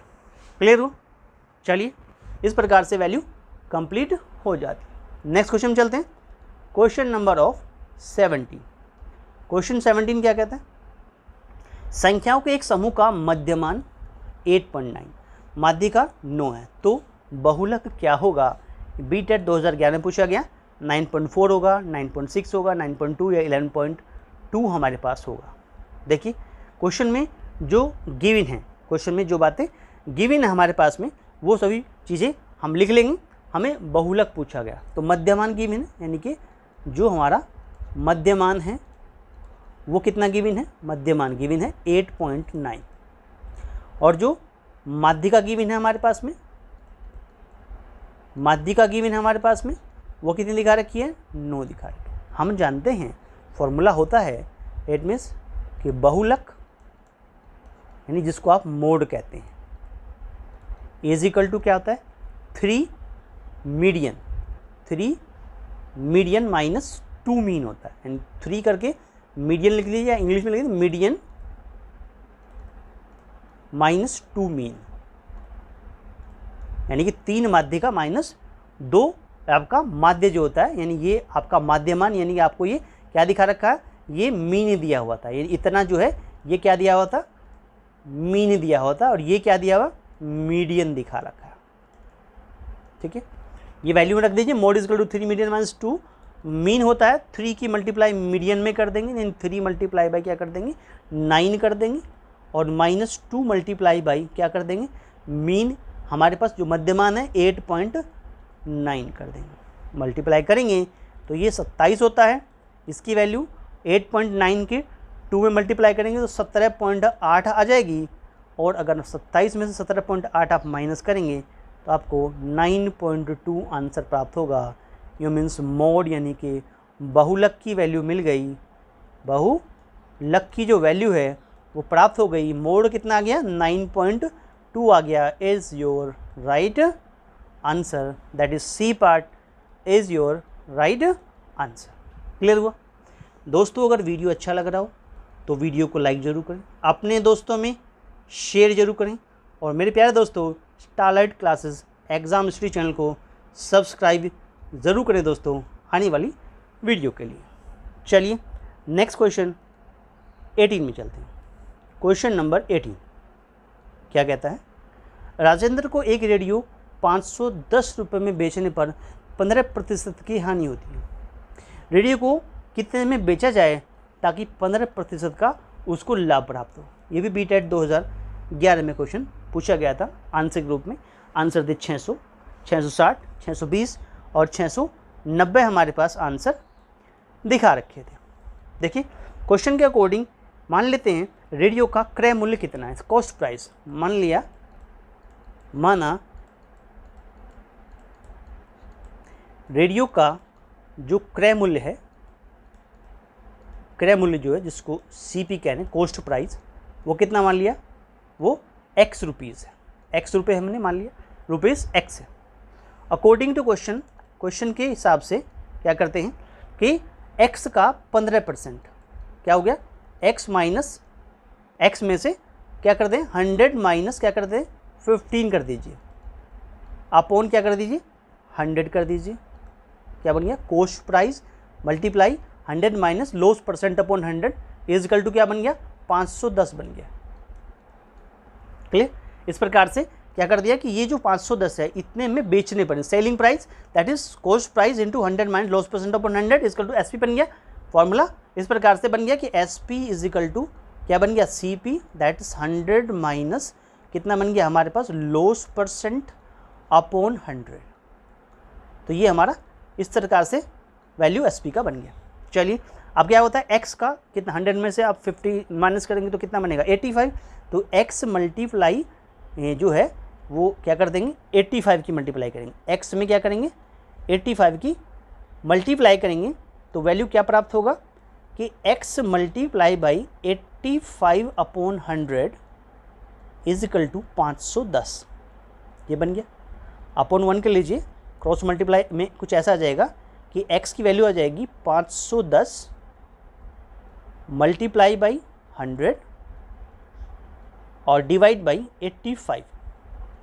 इस प्रकार से आपकी वैल्यू आ जाएगी। सोल्व कर लीजिएगा, x का आंसर जो है वो 600 रुपये निकल के आ जाएगा। x की वैल्यू आ जाएगी ₹600, ये इसको 6 बार काट देगा पूरा। तो 6 × 100 कितना हो जाएगा? 600। x की वैल्यू आ गई, यानी कि CP प्राप्त हो गया, यानी कॉस्ट प्राइस मिल गया आपको। कितना बन गया? It means ₹600। चलिए आई क्या कहता है कि क्वेश्चन को क्या कहना है? इट मीन्स उसका एसपी चाहिए, इसको सेल एसपी चाहिए अगर प्रॉफिट कितना हो? 15% का हो। प्रॉफिट कितना दिखा रखा? 15% का हो। तो हमारे पास प्रॉफिट 15% का होगा तो हमारे पास वैल्यू कितनी बन जाएगी कि उसको सेलिंग प्राइस चाहिए। अगर प्रॉफिट तो सीपी ऑफ कितना होगा? 100 प्लस कितना? प्रॉफिट परसेंटेज, जो प्रॉफिट परसेंटेज प्राप्त हुआ है अपॉन 100 कर दीजिए। तो क्या होगा? तो कितना प्राप्त होगा हमारे पास? विक्रय मूल्य, एक तरह से कह सकते हैं कि अभिष्ट विक्रय मूल्य कितना हो गया। तो आंसर में कितना बना कि 600 और साथ में कितना? 100 में कितना ऐड कर दिया हमने? 15 ऐड कर दिया। 15% का प्रॉफिट हुआ अपॉन ऑफ 100 कर दीजिए, 115 बन गया। यानी 600 का 115/100 बन गया। 115/100 बन गया। 100 से ये दोनों जीरो कट गई तो आंसर बना 6 मल्टीप्लाई बाई 115। ठीक है, 115 में 6 की मल्टीप्लाई करेंगे तो आंसर बनेगा कितना? 690 रुपये आंसर बन जाएगा, ₹690। और यही आपका क्या बन गया? फाइनल आंसर बन जाता है। यानी रुपीज़ जो 690 जो है वो आपका फाइनल आंसर बन जाएगा। क्लियर हुआ? इस प्रकार से ₹690 is your right answer, that is D part is your right answer. तो अभिष्ट विक्रय मूल्य जो है वो आपको प्राप्त हो जाता है 690। क्लियर हुआ? चलिए क्वेश्चन नंबर 19 में चलते हैं। क्वेश्चन नंबर 19 क्या कहता है? यदि a बराबर 2 - √5/2 + √5 बी बराबर 2 माइनस प्लस रूट 5 बटे 2 माइनस रूट 5, तो ए स्क्वायर माइनस बी स्क्वायर का मान होगा। ये हमसे क्वेश्चन पूछा गया कि इन दोनों के स्क्वायर का मान, बीटेट 2011 में क्वेश्चन पूछा गया, इसकी वैल्यू क्या होगी। देखिएगा क्वेश्चन में आंसर थे -144√5 प्लस का 144√5, 8√5 और -18, ये कुछ आंसर दिखा रखे। देखिए हम जानते हैं कि ए स्क्वायर माइनस बी स्क्वायर की वैल्यू होती है, एक बार आपके उसको प्लस कर दीजिए ए प्लस बी और ए माइनस बी, ऐसा कुछ वैल्यू बना देंगे। अब ए का मतलब जैसे कहा कि 2 माइनस √5 अपॉन 2 प्लस √5, ये ए की वैल्यू होगी, प्लस बी का मतलब कितना है 2 प्लस √5 और 2 माइनस √5, ये ए प्लस बी की वैल्यू होगी। ऐसे ही ए माइनस बी करें तो 2 माइनस √5 बटे 2 प्लस √5 और माइनस करेंगे तो 2 प्लस √5 बटे 2 minus √5, that is A minus B बन गया। यहाँ से अगर आप एलसीएम लें तो ये एलसीएम आपका बनेगा 2 प्लस √5 और 2 माइनस √5, जो ए प्लस बी ए माइनस बी की फॉर्म में है, यानी यहाँ से कटेगा तो ऊपर रह जाएगा 2 माइनस √5 की होल पावर 2, ये बन गया ऐसे। चलिए प्लस का साइन आ गया, यहाँ से 2 माइनस √5 वाली वैल्यू कट गई तो 2 प्लस √5 की पावर 2, यानी ये वैल्यू हमें प्राप्त हो जाती है। ये हमारा एक पार्ट बन गया। ऐसे ही दूसरे पार्ट में भी एलसीएम सेम ही आएगा कि 2 प्लस √5 और 2 माइनस √5, ये एलसीएम आएंगे। जब ये 2 प्लस 5 कटेगा तो ऊपर 2 माइनस, बीच में 2 माइनस, ये क्या बन गया √5 बन गया, और यहाँ माइनस का साइन आ जाएगा। अब की बार माइनस कटेगा तो 2 प्लस, यानी इसका स्क्वायर आ जाएगा, और 2 प्लस √5 का क्या आ जाएगा स्क्वायर आ जाएगा, और ऐसे बंद कर देंगे इसको। देखिए इसको अगर ओपन करें तो ये वैल्यू क्या बनेगी ए प्लस बी ए माइनस बी, ए स्क्वायर माइनस बी स्क्वायर, 2 का स्क्वायर माइनस √5 का स्क्वायर, तो ये क्या बन जाएगी, नीचे तो बन जाएगी, नीचे क्या बन जाएगी, नीचे वैल्यू बन जाएगी 4 माइनस 5, ये तो यहाँ बन गई। पहले पार्ट की बात करें, ये भी से आप ओपन करेंगे, खोलेंगे इसको ऊपर वाले को, तो ये क्या बनेगा, यहाँ से देखो 2 का स्क्वायर करेंगे तो 2 का स्क्वायर तो 4 आएगा, ए स्क्वायर प्लस बी स्क्वायर का मतलब √5 का स्क्वायर 5 आएगा, माइनस 2ab, 2 2 जब 4 हो गया हमारे पास, और √5 एज 4√5, 4√5, ये तो बन गया पहले वाला पार्ट। प्लस का साथ पार्ट लेंगे, यहाँ भी कितना आएगा, 2 2 से 4 आएगा, ठीक है, प्लस ये फिर ऐसे 5 आएगा, और प्लस में कितना आ जाएगा हमारे पास में, प्लस में आ जाएगा 4√5। तो ये तो पहले वाला पार्ट कंप्लीट हो गया, सोल्व हो गया। इधर आगे चलते, इधर देखिए नीचे यहाँ भी सेम आएगा, 4 माइनस 5 बनेगा एज इट इज़, क्या बनेगा, इसको खोलेंगे तो ये वही बनेगा, 4 बनेगा प्लस 5 बनेगा, और माइनस का कितना बन जाएगा, माइनस बन जाएगा 4√5। अब क्योंकि यहाँ माइनस साइन है तो जो अंदर प्लस होंगे सारे माइनस हो जाएंगे, जैसे 4 प्लस होगा तो ये माइनस हो जाएगा, ये 5 प्लस का आएगा तो ये माइनस हो जाएगा, और इसके अंदर आएगा प्लस का 4√5, जो माइनस का 4√5 में कन्वर्ट हो जाएगा। इस प्रकार से ये वैल्यू बन गई। चलिए देख कुछ वैल्यू कट जाएंगी, जैसे यहाँ से ये कट रहा है, सॉरी ये नहीं कटेगा, ये वैल्यू हमारे पास 4√5 कैंसिल होगा, दैट मीन्स वैल्यू जो है 4√5 कितना बनाता है, यहाँ पे 4 + 5 बनाता है, तो ये 4√5 इस 4√5 से कट गया। यहाँ पे क्या बना कि ये 4 और ये 5 दोनों इस 4 5 से कट गए, क्या बना 4 और 9 ये बन गया और 9 ये बन गया, तो कितने बन गया 18 बन गए, 18 बटे -1, क्योंकि नीचे -1 है, ये नीचे -1, ये तो वैल्यू इससे प्राप्त हो गई।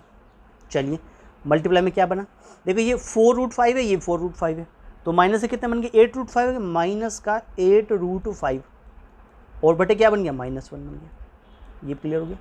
चलिए देखो -1 नीचे बन गया प्लस, ऊपर बन गया ऊपर, तो आंसर क्या बन गया, आंसर बन गया हमारे पास माइनस का 18 मल्टीप्लाई बाई कितना बन गया 8√5, 18 मल्टीप्लाई कितना हो गया 8√5 बन गया।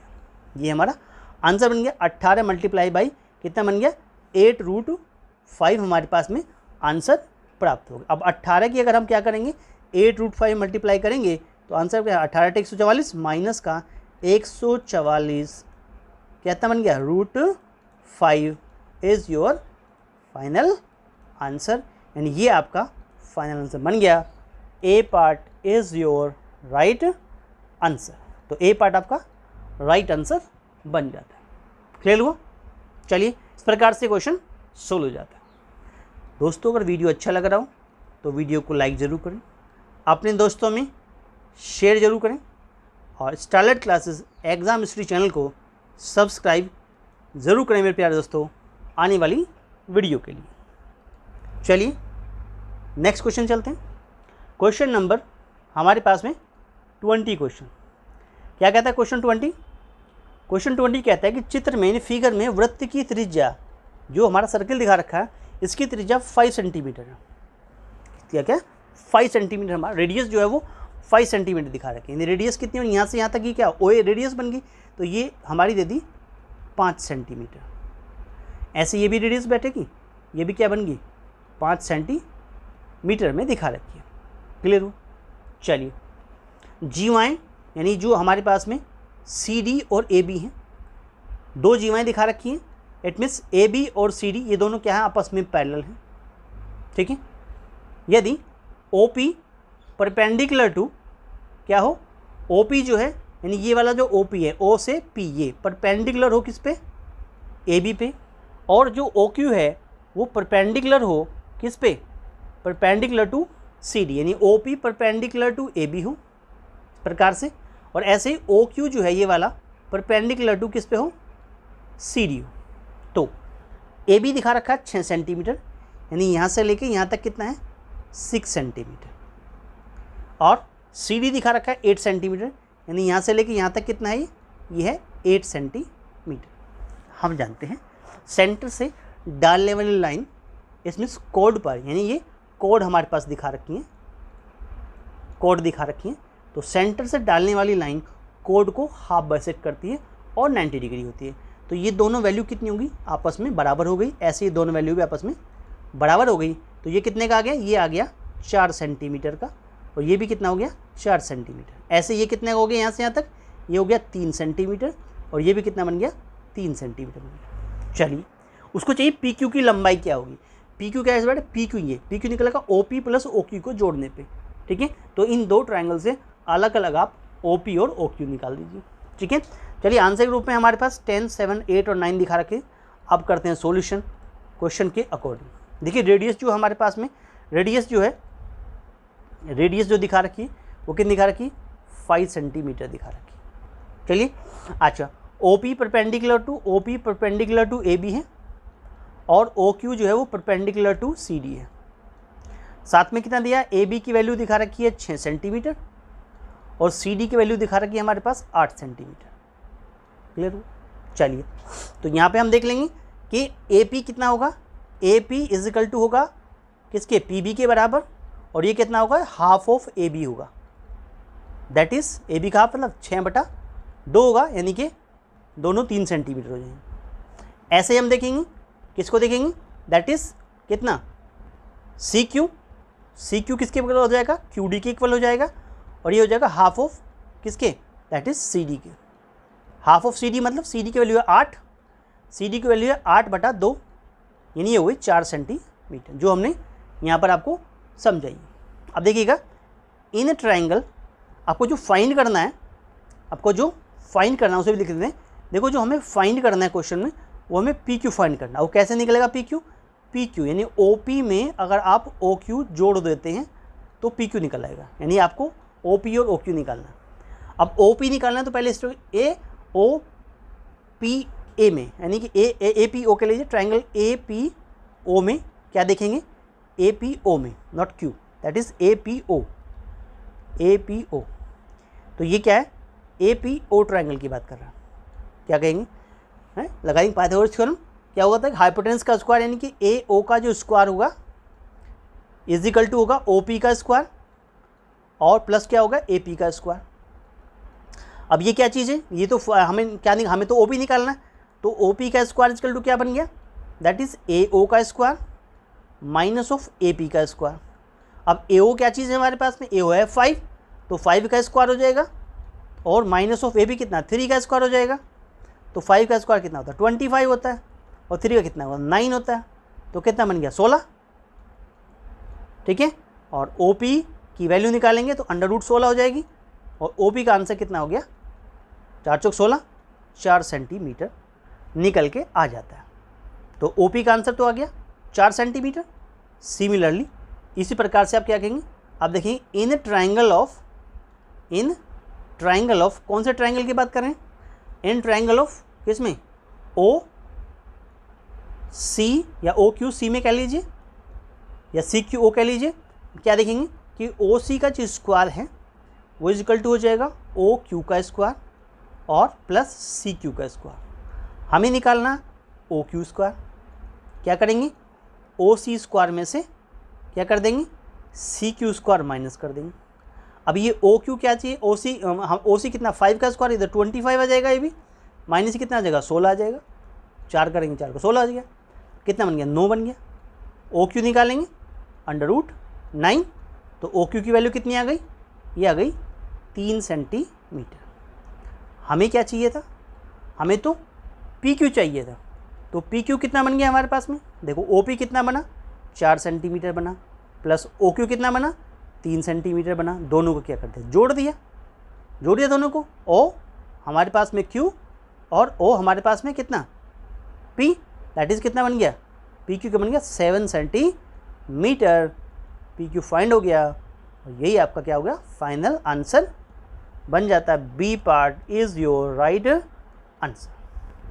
चलिए नेक्स्ट क्वेश्चन नंबर 21 में चलते हैं। क्वेश्चन नंबर 21 क्या कहता है, किसी बेलन का वक्रपृष्ठ 1000 वर्ग सेंटीमीटर है, इसके आधार का व्यास जो है वो 20 सेंटीमीटर है, व्यास की बात कर रहा है। बेलन का आयतन क्या होगा, BTET 2011 में क्वेश्चन पूछा, 5000 सेंटीमीटर क्यूब होगा, 4800 सेंटीमीटर क्यूब होगा, 3950 सेंटीमीटर क्यूब होगा या 4000 सेंटीमीटर क्यूब होगा। ऐसा क्वेश्चन में आंसर दिया हुआ। देखिए मान लेते हैं एक बेलन जो है उसकी त्रिज्या और उसकी ऊंचाई जो है वो लेट कर लीजिए।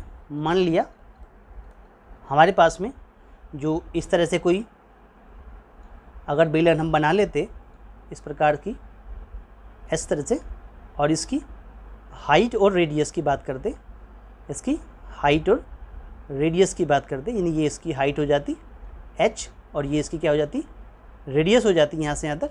तो मान लेते हैं हमारे पास में कि जो बेलन की त्रिज्या है, बेलन की त्रिज्या जिसको रेडियस कहते हैं, जो त्रिज्या है यानी जिसको r कहेंगे, ठीक है, त्रिज्या r,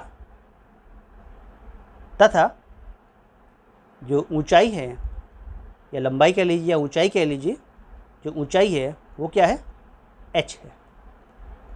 ठीक, त्रिज्या r तथा ऊंचाई कितनी है h हमारे पास में है। और आधार का व्यास कितना होगा, देखिए जो आधार है, आधार का जो व्यास या डायमीटर होता है वो कितना होता है, वो इक्वल टू कितना होता है 2r होता है।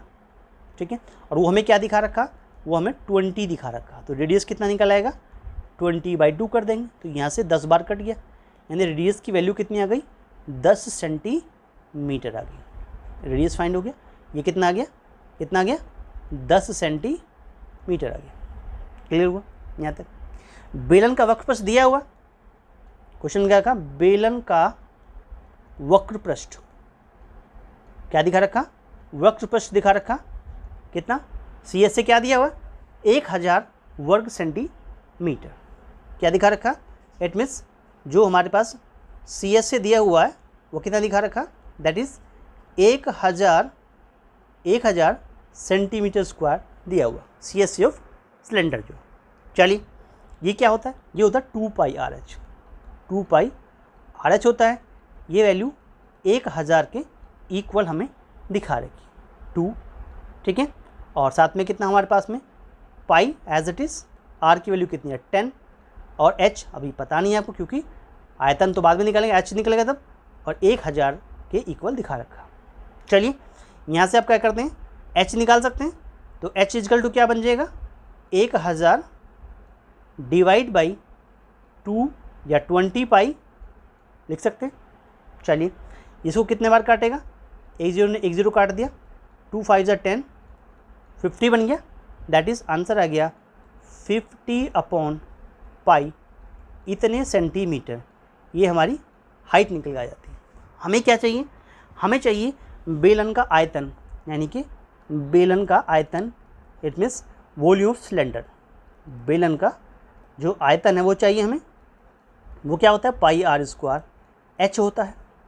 पाई की value as it is, R की वैल्यू भी हमने निकाली 10 मल्टीप्लाई बाई 10 और एच की वैल्यू भी निकाली हमने 50/पाई की फॉर्म में, इतने सेंटीमीटर क्यूब आपका आंसर बन जाएगा। देखिए पाई से ये पाई कैंसिल हो जाएगा। चलिए तो क्या हमने 100 × 50 बन गया, तो 100 में 50 की मल्टीप्लाई कर दी आपने, इतने सेंटीमीटर क्यूब, या हमारा जो वॉल्यूम बन गया वी जो बन गया हमारे पास में, वो कितना बन गया हमारे पास 50 आगे 2 0 लगे, कितना बन गया 5000 सेंटीमीटर क्यूब, इतने हमारा क्या बन गया वॉल्यूम बन गया किसका, सिलेंडर का। इट मीन्स पहला answer A part is your right answer बन जाता है। क्लियर हुआ।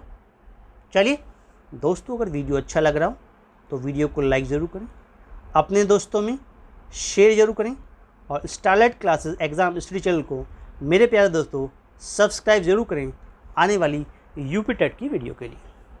चलिए नेक्स्ट क्वेश्चन 22 में चलते हैं।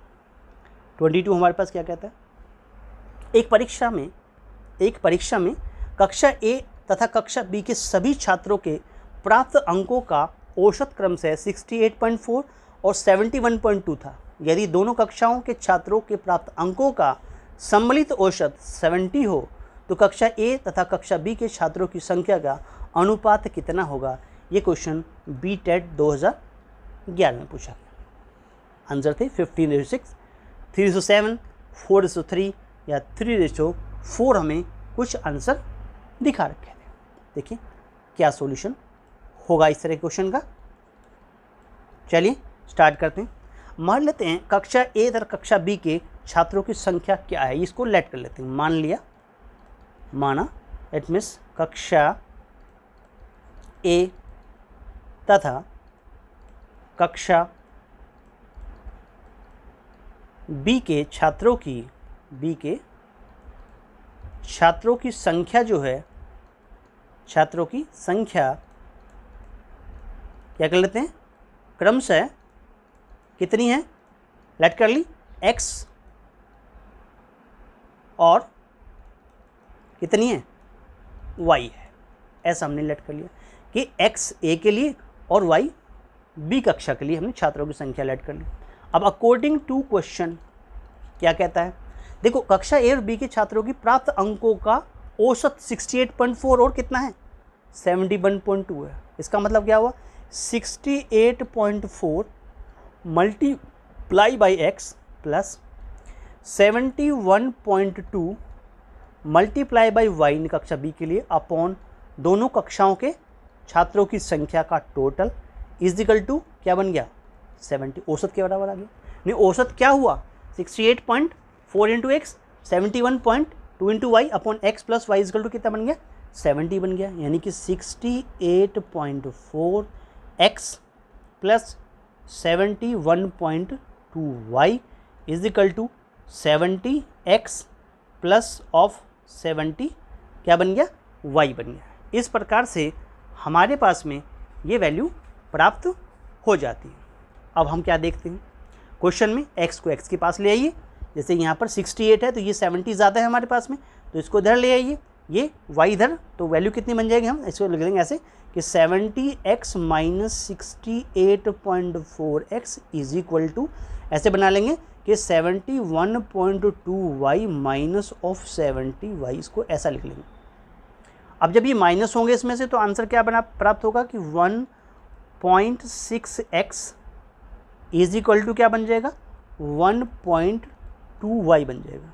यानी अगर x और y का रेशो चाहिए तो क्या बनाएंगे हमारे पास में कि 1.2 को 1.6 से डिवाइड कर देंगे, ये कट गया, 4 3 जा 4 4 जा, क्या बना 3/4 बना। इट मीन्स जो x रेशो y आया वो 3/4 प्राप्त हो गया, यानी कि छात्रों की संख्या का अनुपात जो है वो 3:4 प्राप्त होगा। That is answer D is your right answer. Clear. चलिए नेक्स्ट क्वेश्चन में चलते हैं। क्वेश्चन नंबर 23, बहुत बढ़िया क्वेश्चन है। क्या दिखा रखा है, एक शंकु यानी कोण की तिर्यक ऊंचाई जिसको स्लैंट हाइट कहते हैं वो 10 सेंटीमीटर है और ऊंचाई 8 सेंटीमीटर है। शंकु का वक्र पृष्ठीय क्षेत्रफल क्या होगा? बहुत ही अच्छा क्वेश्चन है, वेरी इंपॉर्टेंट लिख देते हैं। इट मीन्स आने वाले एग्जाम के लिए अच्छा क्वेश्चन बन सकता है। चलिए, एक शंकु यानी कि कोण की तिर्यक ऊंचाई स्लैंट हाइट 10 सेंटीमीटर है और ऊंचाई 8 सेंटीमीटर है। शंकु का वक्र पृष्ठीय क्षेत्रफल क्या होगा? इट मीन्स बीटेट 2011 में पूछा गया था। ये इस प्रकार से एक हमारे पास में क्या दिखा रखा, एक फिगर दिखा रखा, कोण का फिगर दिखा रखा। ये हमारे पास वर्टेक्स होता है, ये एक्सिस होते हैं, ये रेडियस होता है यहाँ से यहाँ तक, ये रेडियस हो गया हमारे पास में, ठीक है। ये हमारा हाइट हो गया, कोण का हाइट हो गया। ये स्लैंट हाइट जिसको एल से रिप्रेजेंट करते हैं, ये स्लैंट हाइट हो जाता है यहाँ से यहाँ तक, क्लियर। ये स्लैंट हाइट हो गया, ठीक है। और इसको आप नाम दे सकते हैं ऐसे किसी भी ABC, इस प्रकार से किसी ट्रायंगल का इसको नाम भी दे सकते हैं। ये ABC ट्रायंगल बन गया। स्लैंट हाइट की बात दिखा रखी है, स्लैंट हाइट L की वैल्यू जो है वो हमें दिखा रखी कितनी है हमारे पास में 10 सेंटीमीटर हमें दिखा रखी है क्वेश्चन में है। उसकी ऊंचाई जो है H की वैल्यू दिखा रखी है, वो कितनी दिखा रखी है 8 सेंटीमीटर हमें क्वेश्चन में दिखा रखी है, ठीक है। चलिए, वक्र पृष्ठीय क्षेत्रफल की बात कर रहा है, कैसे निकालेंगे? चलिए, जो क्वेश्चन में गिवन है वो आप लिख लीजिए कि शंकु की आपको जो गिवन है वो हम नोट कर लेंगे। आंसर थे 187.5, 189.5, 188.5 और 190.5, ये कुछ आंसर हमें दिखा रखे थे कि आंसर वक्र पृष्ठीय क्षेत्रफल का ये निकल के आएगा। क्या दिया हुआ है क्वेश्चन में कि जो शंकु की यानी कि जो एल की बात कर रहा है, यानी कि स्लैंट हाइट जो हम कह रहे हैं, जो स्लैंट हाइट हमारे पास दिखा रखी है, स्लैंट हाइट जिसको एल कहते हैं, क्या दिखा रखी है वो हमारे पास 10 सेंटीमीटर है। चलिए, ये दिया हुआ। नॉर्मल हाइट जो दिखे, हाइट ऑफ कोन जो दिखा रखा है, हाइट ऑफ कोन जो दिखा रखा है हमारे पास में वो कितना दिखा रखा है, दैट इज़ 8 सेंटीमीटर दिखा रखा है। चलिए, अब कोन का रेडियस कैसे निकालें? रेडियस ऑफ कोन जो होता है, रेडियस ऑफ कोन कैसे निकलता है, यानी कि आर जो हमारे पास हो, रेडियस ऑफ कोन जो होता है, रेडियस ऑफ कोन जो हमारे पास होगा यानी आर की वैल्यू निकालेंगे, वो कैसे निकलेंगे, अंडर द रूट ऑफ क्या निकल जाएगी, that is L square minus H square कर देंगे। यानी यहाँ पर देखें इस ट्राइंगल ABC के अंदर तो क्या होगा, L का स्क्वायर जो होगा वो R square plus H square होगा। यानी कि यहाँ पर अगर देखेंगे तो L का जो स्क्वायर होगा वो H square plus R square होगा, ठीक है। तो R निकालेंगे तो L में से क्या कर देंगे, H को माइनस कर देंगे और ये रेडियस निकल आएगा। चलिए, अब यहाँ से R कैसे निकला, R की वैल्यू अंडर रूट करेंगे, देखिए L की वैल्यू 10 है तो इसका मतलब 100 बन गया, माइनस H करेंगे, H 8 64 बन गया, 100 में 64 करेंगे तो कितना बनेगा 36 बनेगा और उसका रूट कर देंगे एज इट इज़, तो क्या बन गया, आंसर बन गया 6 सेंटीमीटर। तो रेडियस की वैल्यू पता चल गई, तो रेडियस कितनी आ गई, रेडियस आ गई 6 सेंटीमीटर। क्लियर हुआ? चलिए, उसके बाद चाहिए, इट मीन्स शंकु का वक्र पृष्ठीय क्षेत्रफल चाहिए, यानी कि CS ऑफ हमारे पास में ये जो एक तरह से वक्र पृष्ठीय क्षेत्रफल जो हमारे पास है जो निकलेगा, शंकु का वक्र पृष्ठीय क्षेत्रफल, कोण का जो वक्र पृष्ठीय क्षेत्रफल हमारे पास होता है, इट मीन्स तो लिख लीजिए शंकु का वक्र पृष्ठीय क्षेत्रफल, पृष्ठीय क्षेत्रफल क्या बन गया, CS ऑफ कोण, CS ऑफ कोण जो वो क्या होता है पाई RL होता है। जो CS ऑफ कोण होगा वो पाई RL होगा। पाई की वैल्यू हमारे पास 22/7 यूज़ कर लेंगे, 22/7 मल्टीप्लाई रेडियस कितना हमारा निकला, ये निकला 6 और L कितना था, L था 10, L था 10 हमारे पास में, तो कितना हमारे पास वैल्यू जो बन गई हमारे पास कितनी होगी 22 और 6 का मल्टीप्लाई करके और क्या कर देंगे, इसमें देखिए आंसर बन जाएगा 2 6 12 और 2 6 12 1 13 1320 डिवाइड बाई 7, इतनी क्या बन जाएगा सेंटीमीटर स्क्वायर बन जाएगा। अब इसको डिवाइड कर लीजिए, 7 बन जा 7 हो गया, 7 8 जा 7 8 जा क्या बना 7 5 जा 35, तो 188.5 इतने सेंटीमीटर स्क्वायर, यानी कि जो CS से ऑफ कोण निकल के आ गया वो बन गया 188.5 सेंटीमीटर स्क्वायर, और यही आपका क्या बन गया फाइनल आंसर बन जाता है। 188.5 C part is your right answer. Clear हुआ? चलिए, इस प्रकार से क्वेश्चन 23 कंप्लीट हो जाता है। नेक्स्ट क्वेश्चन चलते हैं, क्वेश्चन नंबर 24 में चलते हैं। क्वेश्चन नंबर 24 क्या कहता है? 24 यानी कि जितनी फिगर में A B parallel to C D है, यानी ये लाइन जो ए बी है वो सी डी के पैरेलल है, तो x का मान क्या होगा, यानी इस एंगल x की वैल्यू पूछी गई है। क्लियर? बीटेट 2011 में क्वेश्चन पूछा गया। आंसर थे 87 डिग्री, 267 डिग्री, 93 डिग्री या इनमें से कोई नहीं, ऐसा कुछ आंसर हमें दिए हुए थे। चलिए देखिएगा, अगर वैसे देखें हमारे पास ये दोनों लाइनें कैसी हैं, पैरेलल हैं, यानी ये लाइन इस लाइन के पैरेलल है, तो दिस एंगल और this angle are same by alternate angle. तो ये क्या हो गए, तो एंगल हमारे पास में नाउ गिवन है क्वेश्चन के अंदर कि A B line parallel to C D, तो angle C P O is equal to, या सी पी ए बी कह सकते हैं पूरा, C P O is equal to angle कौन सा, ओ हमारे पास में, और इसको नाम ले लीजिए, ई का नाम दे देते हैं, ओ ई क्यू, ओ ई क्यू कितने का हो गया, 55 डिग्री का हो गया। ठीक है, दो लाइन आपस में है, तो ये हमारे पास कैसे हो गए, इट मीन्स ऑल्टरनेट एंगल की वजह से दोनों क्या हो गए, बराबर हो जाते हैं। ये भी कितने का निकल के आ गया, 55 डिग्री का निकल के आ गया। क्लियर हुआ?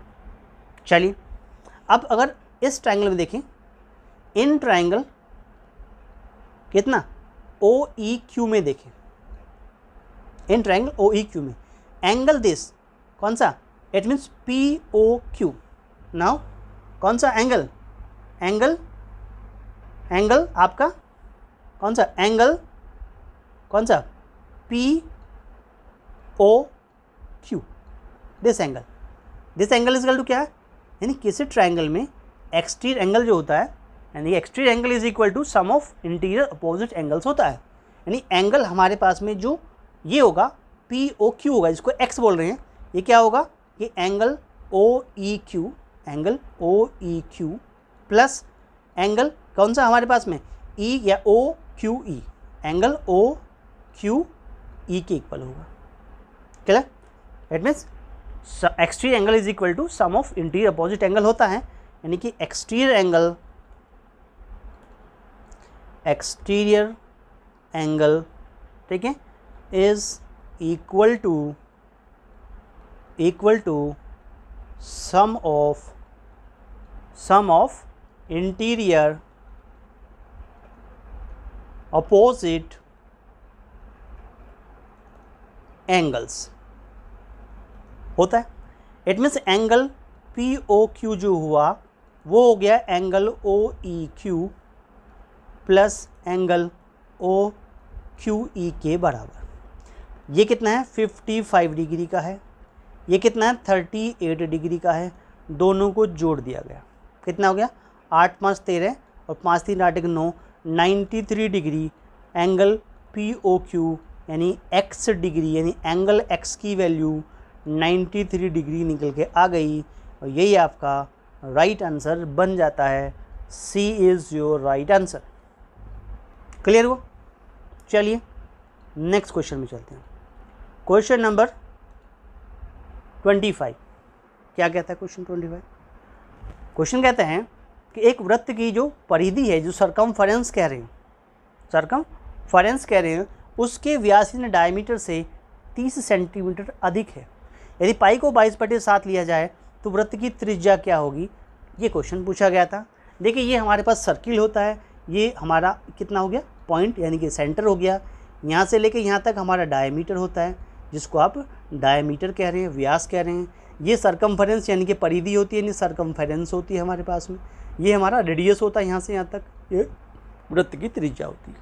चलिए आंसर थे 5 सेंटीमीटर, 7 सेंटीमीटर, 10.5 सेंटीमीटर या 9 सेंटीमीटर, ऐसे कुछ आंसर हमें दिखा रखे थे। चलिए क्वेश्चन में क्या बातें की मैंने, प्रश्न के अनुसार अकॉर्डिंग टू क्वेश्चन क्या कह रहा है, क्वेश्चन के अकॉर्डिंग आप देखें तो मान लेते हैं जो वृत्त की त्रिज्या है वो हम लेट कर लिया हमने कि लेट जो हमारे पास में रेडियस ऑफ सर्किल जो है, रेडियस जो सर्किल हमारे पास में है वो इक्वल टू आर है। क्वेश्चन क्या कह रहा है कि जो सरकमफरेंस है वो डायमीटर में क्या कर दी है, +30 है, यानी कि जो परिधि है कह सकते हैं, सरकमफरेंस कह लें या परिधि जो कह लें, परिधि क्या है वो इजिकल टू सरकमफरेंस, जो आपका व्यास एंड डायमीटर है, व्यास में +30 है, ऐसा क्वेश्चन में दिया हुआ। ठीक है, परिधि जो होती है 2πr होती है, व्यास जो होता है वो 2r होता है। ठीक है, इजिकल प्लस में 30 आ गया। इसका मतलब 2πr में से अगर 2r माइनस कर दें तो 30 के बराबर आ गया, ऐसा क्वेश्चन बन गया। इसमें से मत क्या कर दिया है, 2r हमने कॉमन ले लिया, क्या आ गया π-1 बनेगा, यानी पाई का मतलब 22/7 हो गया। इसमें से 1 माइनस कर दिया, ये बराबर 30 के इक्वल आ गया। यहाँ तक पहुँच गई बात। चलिए अब क्या करें, देखो उसको सोल्व कर लें तो 2r इंटू कितना का 22 - 7 कर दें, तो 22 - 7 करेंगे तो ये वैल्यू कितनी बन जाएगी, 15/7 बन जाएगी। यहाँ तक बात पहुँच गई, 30 बन गया। अब 2r निकालें तो कितनी वैल्यू बन जाएगा हमारे पास में, ये उधर जाके क्या करेगा, 30 उल्टा हो गया, 30 × 7 अपॉन क्या बन गया, 15 बन गया, ऐसा बन गया। चलिए आपको क्या चाहिए, आपको तो रेडियस चाहिए था, क्या चाहिए था, रेडियस चाहिए, क्या बन गया 30 × 7 डिवाइड में 15 था और इंटू 2 और आ गया, इंटू 2 और आ गया। तो 15 से क्या हो गया 30, 2 टाइम्स कट गया, 15 2 30 और 2 से 2 कट गया। रेडियस क्या गया, रेडियस आ गया 7 centimetre is your right answer, that is 7 is your right answer बन जाता। चलिए नेक्स्ट क्वेश्चन चलते हैं। क्वेश्चन नंबर 26 क्या कहता है, क्वेश्चन 26 में 26 क्वेश्चन क्या कहता है, एक लड़का 12 किलोमीटर प्रति घंटा की औसत चाल से चलने पर स्कूल पहुंचने में 20 मिनट लेता है।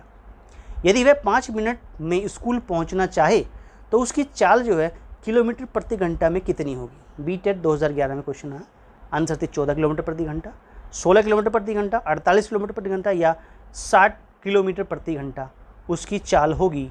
ऐसे कुछ आंसर दिए हुए थे। मान लेते हैं स्कूल की दूरी जो है, अब जहाँ जाना चाहता है उसकी दूरी मान लेते हैं। मान लिया स्कूल की जो दूरी है, जहाँ जाना है उसको, वो दूरी जो है वो कितनी है, x किलोमीटर है, x किलोमीटर है। स्कूल की जो दूरी है वो x किलोमीटर है। हम जानते हैं फॉर्मूला क्या होता है, फॉर्मूला चाल बराबर दूरी बटे समय होता है, यानी कि जो चाल होती है वो क्या होती है, दूरी बटे समय होती है, ये होती है। Speed is equal to distance upon time, यानी कि जो स्पीड हमारे पास होती है वो क्या होती है, डिस्टेंस अपॉन क्या डिस्टेंस चलना चाहते हैं अपॉन कितना समय आपको लगेगा, S is equal to D upon D होता है। अब देखिए क्या होगा, हमारे पास में इसको क्या समय लग रहा है, 5 मिनट का समय लगता है, 5 मिनट का समय लगता है, और वो स्कूल पहुंचने में कितना करता है, 20 मिनट लेता है। तो 20 मिनट के अगर आप आवर्स बनाएं तो 20 मिनट के अगर आप आवर्स बनाएं तो क्या बन जाएगा ये वैल्यू, क्योंकि हम जानते हैं कि एक आवर्स में 60 मिनट होते हैं, एक आवर्स में क्या होते हैं, इट मीन्स 60 मिनट होते हैं। एक आवर्स में कितने बन गए, 60 मिनट बन गए हमारे पास में। और हम क्या करते हैं, इसको क्या बना लें कि 1 मिनट में कितना बन जाएगा, 1 मिनट में बन जाएगा 1/60 आवर्स बन जाएगा। तो 20 मिनट में कितना बनेगा, 20 मिनट की वैल्यू कितनी बन जाएगी, यानी 20/60 आवर्स बन जाएगी। यानी ये समय हो गया, 20 मिनट को आवर्स में हमने क्या कर दिया, कन्वर्ट कर लिया, 20 मिनट को आवर्स में हमने क्या कर दिया, कन्वर्ट कर दिया। क्लियर हुआ। चलिए अब क्या होता है, जो चाल दिखा रखी है वो कितनी है, 12 किलोमीटर प्रति घंटा इजिकल टू डिस्टेंस कितनी चली, वो x हो गई, और समय हमने कन्वर्ट किस में कर लिया, आवर्स में, कितना बन गया 20/60 आवर्स बन गया। यहाँ तक बात समझ में आ गई।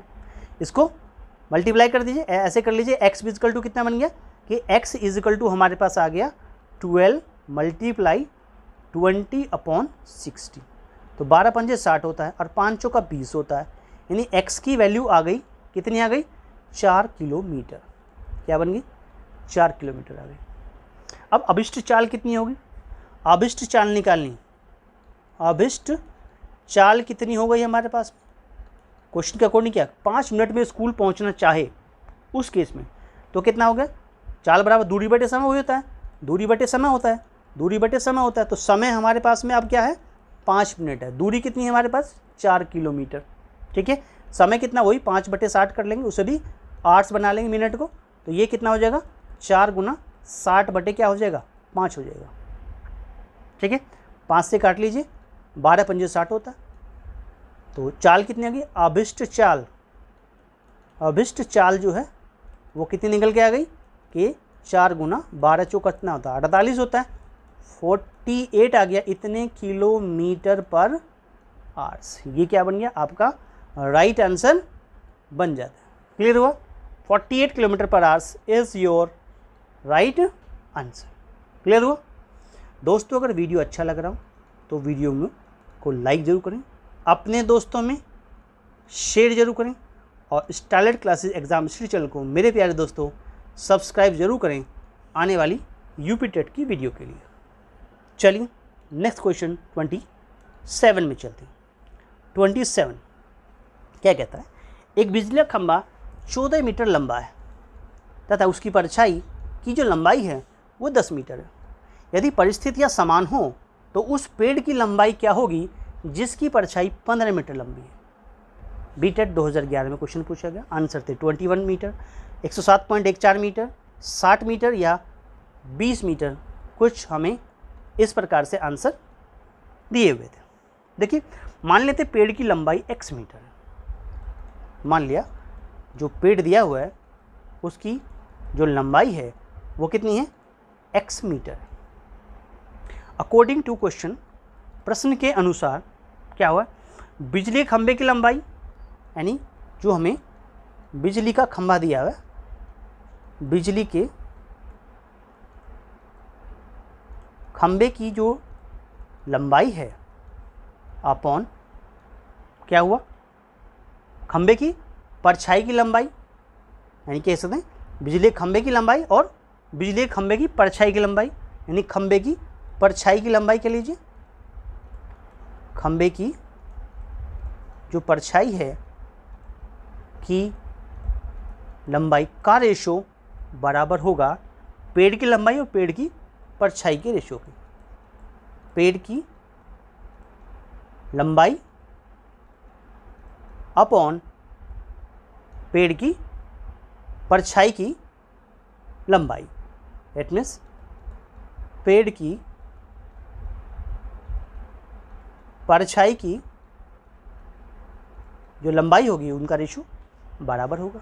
तो वैल्यू क्या बनेगी 14/10, 14 मीटर लंबा है, 10 परछाई इज इक्वल टू पेड़ की लंबाई हमने x लेट की है बटे पेड़ की परछाई कितनी है 15 मीटर परछाई पेड़ की दिखा रखी है। इस प्रकार से 10x जो है वो 14 मल्टीप्लाई बाई 15 बन जाता है, और 14 और 15 की मल्टीप्लाई करेंगे तो ये इस प्रकार से बनेगा 210 आ जाएगा। 10x के बराबर है, x की वैल्यू निकालेंगे तो 210/10 हो जाएगा, और इससे कट जाएगा 21 बार, तो x का आंसर क्या रह गया 21 क्या गया इतने metre is your right answer बन जाता है। A part is your right answer. Clear हुआ, चलिए नेक्स्ट क्वेश्चन में चलते हैं। Question number 28। क्वेश्चन नंबर 28 बहुत ही प्यारा क्वेश्चन है, और ये बहुत बढ़िया जो क्वेश्चन है ये हमें रीट जुलाई 2011 में क्वेश्चन पूछा गया है। स्टार्ट करने से पहले हम इसको वेरी वेरी इंपॉर्टेंट लिख देते हैं, क्योंकि ऐसे क्वेश्चन पेपर में पूछ लिए जाते हैं। क्वेश्चन क्या था कि ₹48,000 का 10% की दर से 1.5 वर्ष 1 से 1/2 वर्ष का चक्रवर्ती ब्याज क्या होगा यदि ब्याज की दर 6 महीना यानी हाफ ईयरली के हिसाब से लगाई जाए। ऐसा क्वेश्चन में दिया हुआ था। देखिए आंसर था 6566, 7566, 8566, 7577। ये कुछ हमें आंसर दिखा रखे थे, इतने रुपीज़ आपका आंसर निकल के आएगा। क्वेश्चन के अकॉर्डिंग जो प्रिंसिपल है पी की जो बात कर रहे हैं, प्रिंसिपल जो है वो 48,000 48,000 रुपये। दर जो है रेट जो है हमारे पास में वो कितनी है 10% है। समय जो दिखा रखा समय जो है 1/2 है, इतने टाइम्स यानी इतने ईयर या इतने वर्ष दिखा रखा है, या इसको कह सकते हैं 3/2 वर्ष दिखा रखा, ऐसा हमें दिखा हुआ। देखिए क्वेश्चन 2 कितना है, हाफ ईयरली क्वेश्चन है। अकॉर्डिंग टू हाफ ईयरली जो क्वेश्चन है, half yearly rule in formula क्या होता है, फॉर्मूलाज जो आप यूज़ करेंगे वो क्या होता है कि अमाउंट इज इक्वल टू होता है P 1 + R अपॉन कितना होता है 200 की पावर 2n और क्या कर देंगे -1। इस फॉर्मूले का यूज़ करते हुए आप उस अमाउंट को प्राप्त कर लेंगे। अब यहाँ अमाउंट कैसे निकलेगा, देखिए ये हमारे पास कितना है 48,000 हो गया। चलिए 1 + R की वैल्यू कितनी होगी 10/200 हो गई, 10 कितनी हो गई 200 हो गई हमारे पास। चलिए उसके बाद क्या बनेगा 10/200 के बाद में, उसके बाद पावर कितनी है 2 × n कितना है समय, यानी कि इसको n कह लीजिए या t कह लीजिए, एक ही बात है, या t कह लीजिए n कह लीजिए, ये t भी कह सकते हैं, इसका n भी कह सकते हैं, एक ही बात है। तो ये कितना बन गया 3/2 और -1। इस फॉर्मूले का यूज़ करते आप सोल्व कर रहे हैं, तो इसको काट लीजिए, ये यहाँ से कट गया, ठीक है।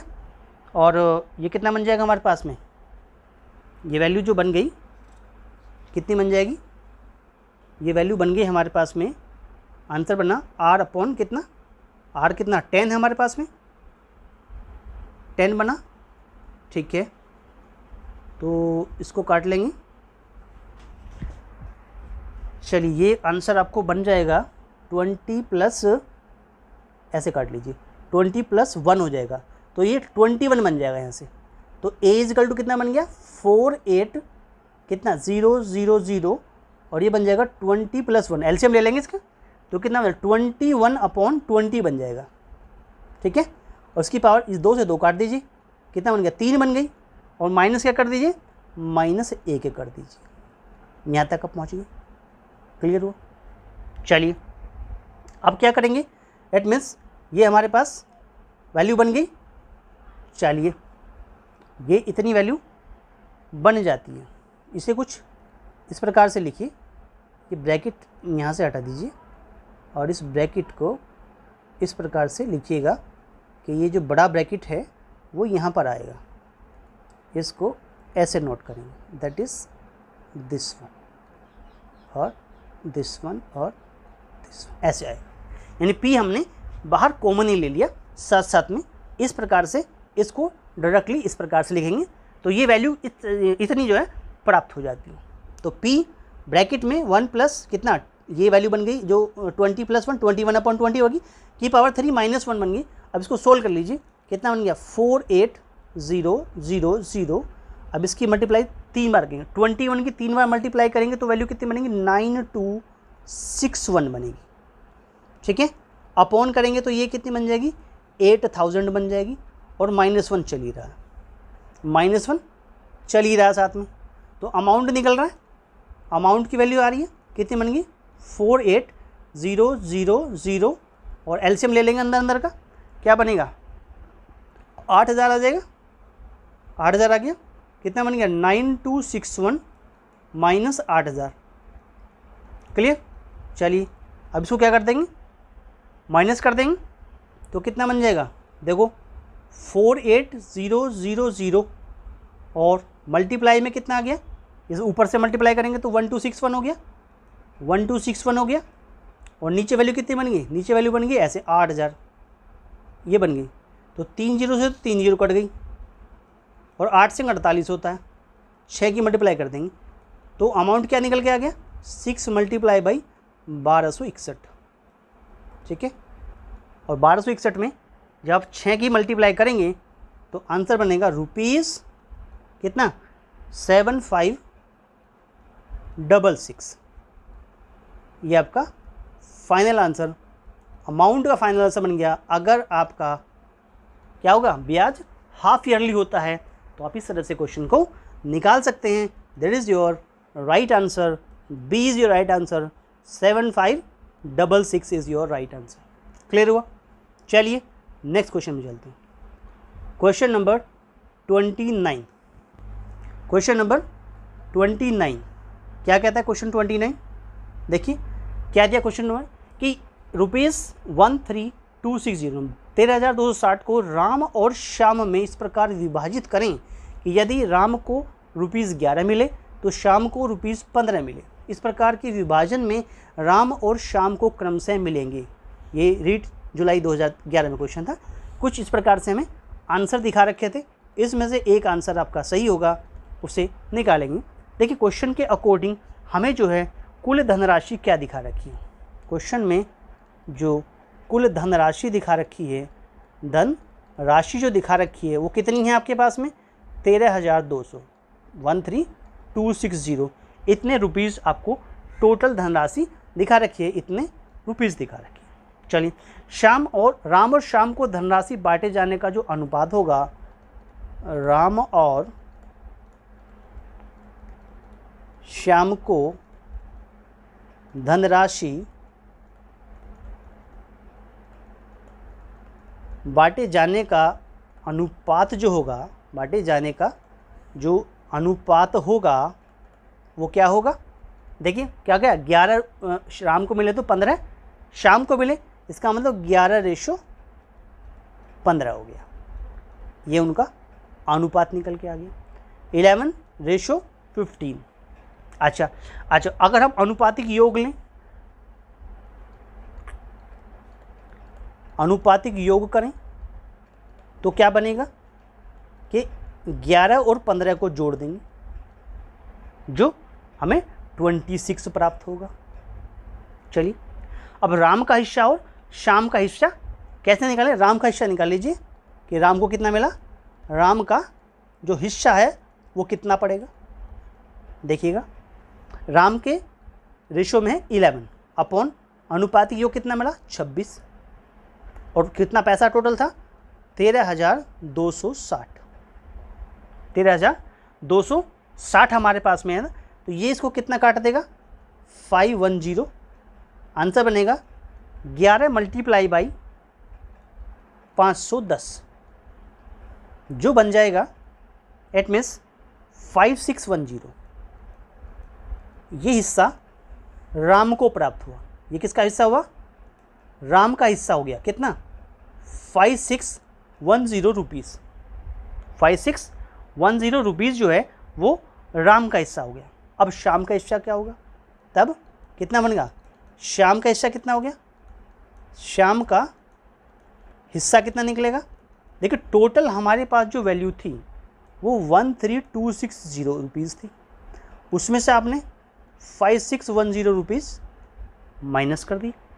ठीक है, तो कितना रह गया ₹7650। ये किसके हिस्से में आ गया, ये श्याम के हिस्से में आ गया और ये राम के हिस्से में आ गया। तो ये दोनों क्या हो गया, आपके आंसर बन जाते हैं। राम और श्याम के लिए राम था 5610 ये रहा, श्याम था 7650 ये रहा। B part is your right answer. Ram और श्याम के हिस्से निकल के आ गए। ठीक है, तो कितना विभाजन हुआ, क्या निकल के आया 5610 और 7650 इज़ योर राइट आंसर बन गया। चलिए नेक्स्ट क्वेश्चन नंबर 30 में चलते हैं। क्वेश्चन 30 क्या कहता है, क्वेश्चन 30 ये कहता है कि एक त्रिभुज और एक समांतर चतुर्भुज का आधार एवं क्षेत्रफल समान है। यदि त्रिभुज की भुजाएं क्रम से 26 सेंटीमीटर, 28 सेंटीमीटर और 30 सेंटीमीटर हैं और समांतर चतुर्भुज का आधार 28 सेंटीमीटर है वाली भुजा है, तो समांतर चतुर्भुज की ऊंचाई क्या होगी। बहुत ही प्यारा क्वेश्चन है और बहुत ही इंपॉर्टेंट क्वेश्चन है। इसे आप वेरी इंपॉर्टेंट लिख लें, क्योंकि ऐसे क्वेश्चन एग्ज़ाम की दृष्टि से काफ़ी इंपॉर्टेंट होते हैं। ये भी रीट जुलाई 2011 में क्वेश्चन पूछा गया था। इस प्रकार से फिगर था कि ये एक समांतर चतुर्भुज है, ठीक है, और हमारे पास में इसका जो आधार है, बेस है, वो 28 सेंटीमीटर दिखा रखा है। इस प्रकार से ये ट्राइंगल है, ठीक है, ये वैल्यू 28 सेंटीमीटर, ये साइड 26 सेंटीमीटर और ये साइड 30 सेंटीमीटर दिखा रखी है। इस प्रकार फिगर बना। चलिए अब हमें समांतर चतुर्भुज की ऊंचाई यानी कि जो एच है ये वाली, ये हमें फाइंड कर दें।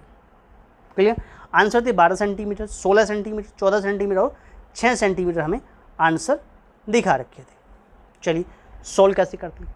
देखिए अगर त्रिभुज की बात करें तो त्रिभुज ABC में, इन ट्रायंगल ABC में देखें, चलिए देखिए यहाँ पर हम लेट कर लेते हैं, लेट कर लिया कि A हमारे पास में 26 है, यानी ये हमने इसको हमने A लेट कर लिया, और दूसरी वाली को, इस वाली को हमने B लेट कर लिया साइड को, और इस वाली को C लेट कर दिया हमने, यानी A को हमने लेट कर लिया 26 सेंटीमीटर, B को हमने लेट कर लिया 28 सेंटीमीटर, और C को हमने लेट कर लिया 30 सेंटीमीटर। इस प्रकार से ABC ट्रायंगल में ABC की वैल्यू हमने फाइंड कर ली। चलिए S इज इक्वल टू निकालते हैं semi parameter A plus B plus C upon 2, क्योंकि हम यहाँ यूज़ करेंगे हीरोन्स फार्मूला। तो यहाँ पर कितना बन जाता है 26, 28 और कितना 30 बटा 2 कर देंगे, तो आंसर क्या बनेगा 84/2, और जिसको सोल्व करेंगे तो S की वैल्यू आ गई 42, आंसर प्राप्त हो जाता है S के लिए। अब त्रिभुज ABC का जो क्षेत्रफल होगा हमारे पास में, यानी कि जो हमारा त्रिभुज बना हुआ है, त्रिभुज ABC का जो क्षेत्रफल होगा वो कैसे निकलेगा, बाय हीरोन्स फार्मूला यूज़ करेंगे। तो कितना होगा √ फार्मूला जो होता है, फार्मूला होता है S minus A, S minus B और S माइनस C, ये फार्मूला होता है। हमने अभी इसका S फाइंड कर लिया है, तो आंसर कैसे निकलेगा, S की बात करें 42 निकला है, 42 में से आप क्या करेंगे माइनस A से मतलब 26 माइनस करेंगे, 26 माइनस करेंगे। ऐसे ही 42 माइनस B की बात करें तो B हमारे पास कितना है 28 है, माइनस करेंगे, और 42 माइनस क्या करेंगे C मतलब 30 माइनस करेंगे। इस प्रकार से आंसर जो प्राप्त होगा वो क्या प्राप्त होगा, देखिएगा ये 42 एज इट इज़ रहेगा, मल्टीप्लाई 42 में से 26 माइनस करेंगे 16 रह जाएगा, 28 माइनस करेंगे कितना रह जाएगा 14, और 30 माइनस करेंगे तो रह जाएगा 12। ये कुछ वैल्यू आपको प्राप्त हो जाएगी। इसको जब आप मल्टीप्लाई करेंगे आपको आंसर मिलेगा 112896, ये हमारा आंसर बन गया। और इसको जब आप सोल्व करेंगे तो इसका स्क्वायर रूट आता है 336, ठीक है। इतने सेंटीमीटर स्क्वायर ये एरिया बन गया किसका, त्रिभुज ABC का जो क्षेत्रफल बन गया 336 सेंटीमीटर स्क्वायर, आपको आंसर बन जाएगा। अकॉर्डिंग टू क्वेश्चन क्या कहता है कि त्रिभुज और समांतर चतुर्भुज के आधार का क्षेत्रफल समान है, इनके जो क्षेत्रफल है वो कैसे हैं, एक समान है। यानी त्रिभुज का क्षेत्रफल और समांतर चतुर्भुज का क्षेत्रफल, यानी ये जो ट्रायंगल ABCD, त्रिभुज ABC का क्षेत्रफल जो है, त्रिभुज जो ABC का क्षेत्रफल है, इसका जो क्षेत्रफल है वो बराबर हो जाएगा, दैट मीन्स समांतर चतुर्भुज ABCD के क्षेत्रफल के। कितना, यानी कि समानांतर कौन सा, समांतर चतुर्भुज, समांतर चतुर्भुज यानी कौन सा ABCD का जो क्षेत्रफल होगा वो आपस में क्या हो जाएंगे, बराबर हो जाएंगे। ये क्या निकला आपको 336 निकला, और ये क्या होता है आधार गुना ऊंचाई होता है। यही फॉर्मूला क्या होता है कि आधार गुना ऊंचाई, ये फॉर्मूला होता है कि आधार गुना ऊंचाई कर दें। अब हमारे पास जो आधार है वो तो 28 है, ऊंचाई हमारी h है, किसके इक्वल आ गया 336 के इक्वल आ गया। हमें क्या निकालना, h निकालना। तो क्या करेंगे 336 को क्या कर देंगे 28 से क्या कर देंगे डिवाइड कर देंगे। 336 को 28 से डिवाइड करेंगे, 28 से क्या करेंगे डिवाइड करेंगे, तो ये कट जाएगा, इसमें से काट लीजिए 28 का 28 हो गया और 28 दूनी 56 हो गया। तो h की वैल्यू कितनी आ गई, h की वैल्यू आ गई 12 सेंटीमीटर। इस प्रकार से h आपका फाइंड हो जाता है, और this is your right answer, A part is your right answer बन जाता है। दोस्तों क्लियर हुआ। चलिए दोस्तों अगर आपको हमारा ये वीडियो अच्छा लगा हो तो वीडियो को लाइक ज़रूर करें, अपने दोस्तों में शेयर ज़रूर करें और starlight classes exam history channel को सब्सक्राइब ज़रूर करें मेरे प्यारे दोस्तों, और बेल आइकन को भी प्रेस करें जिससे आने वाली वीडियो का नोटिफिकेशन सबसे पहले आपको प्राप्त हो। थैंक यू दोस्तों, थैंक यू।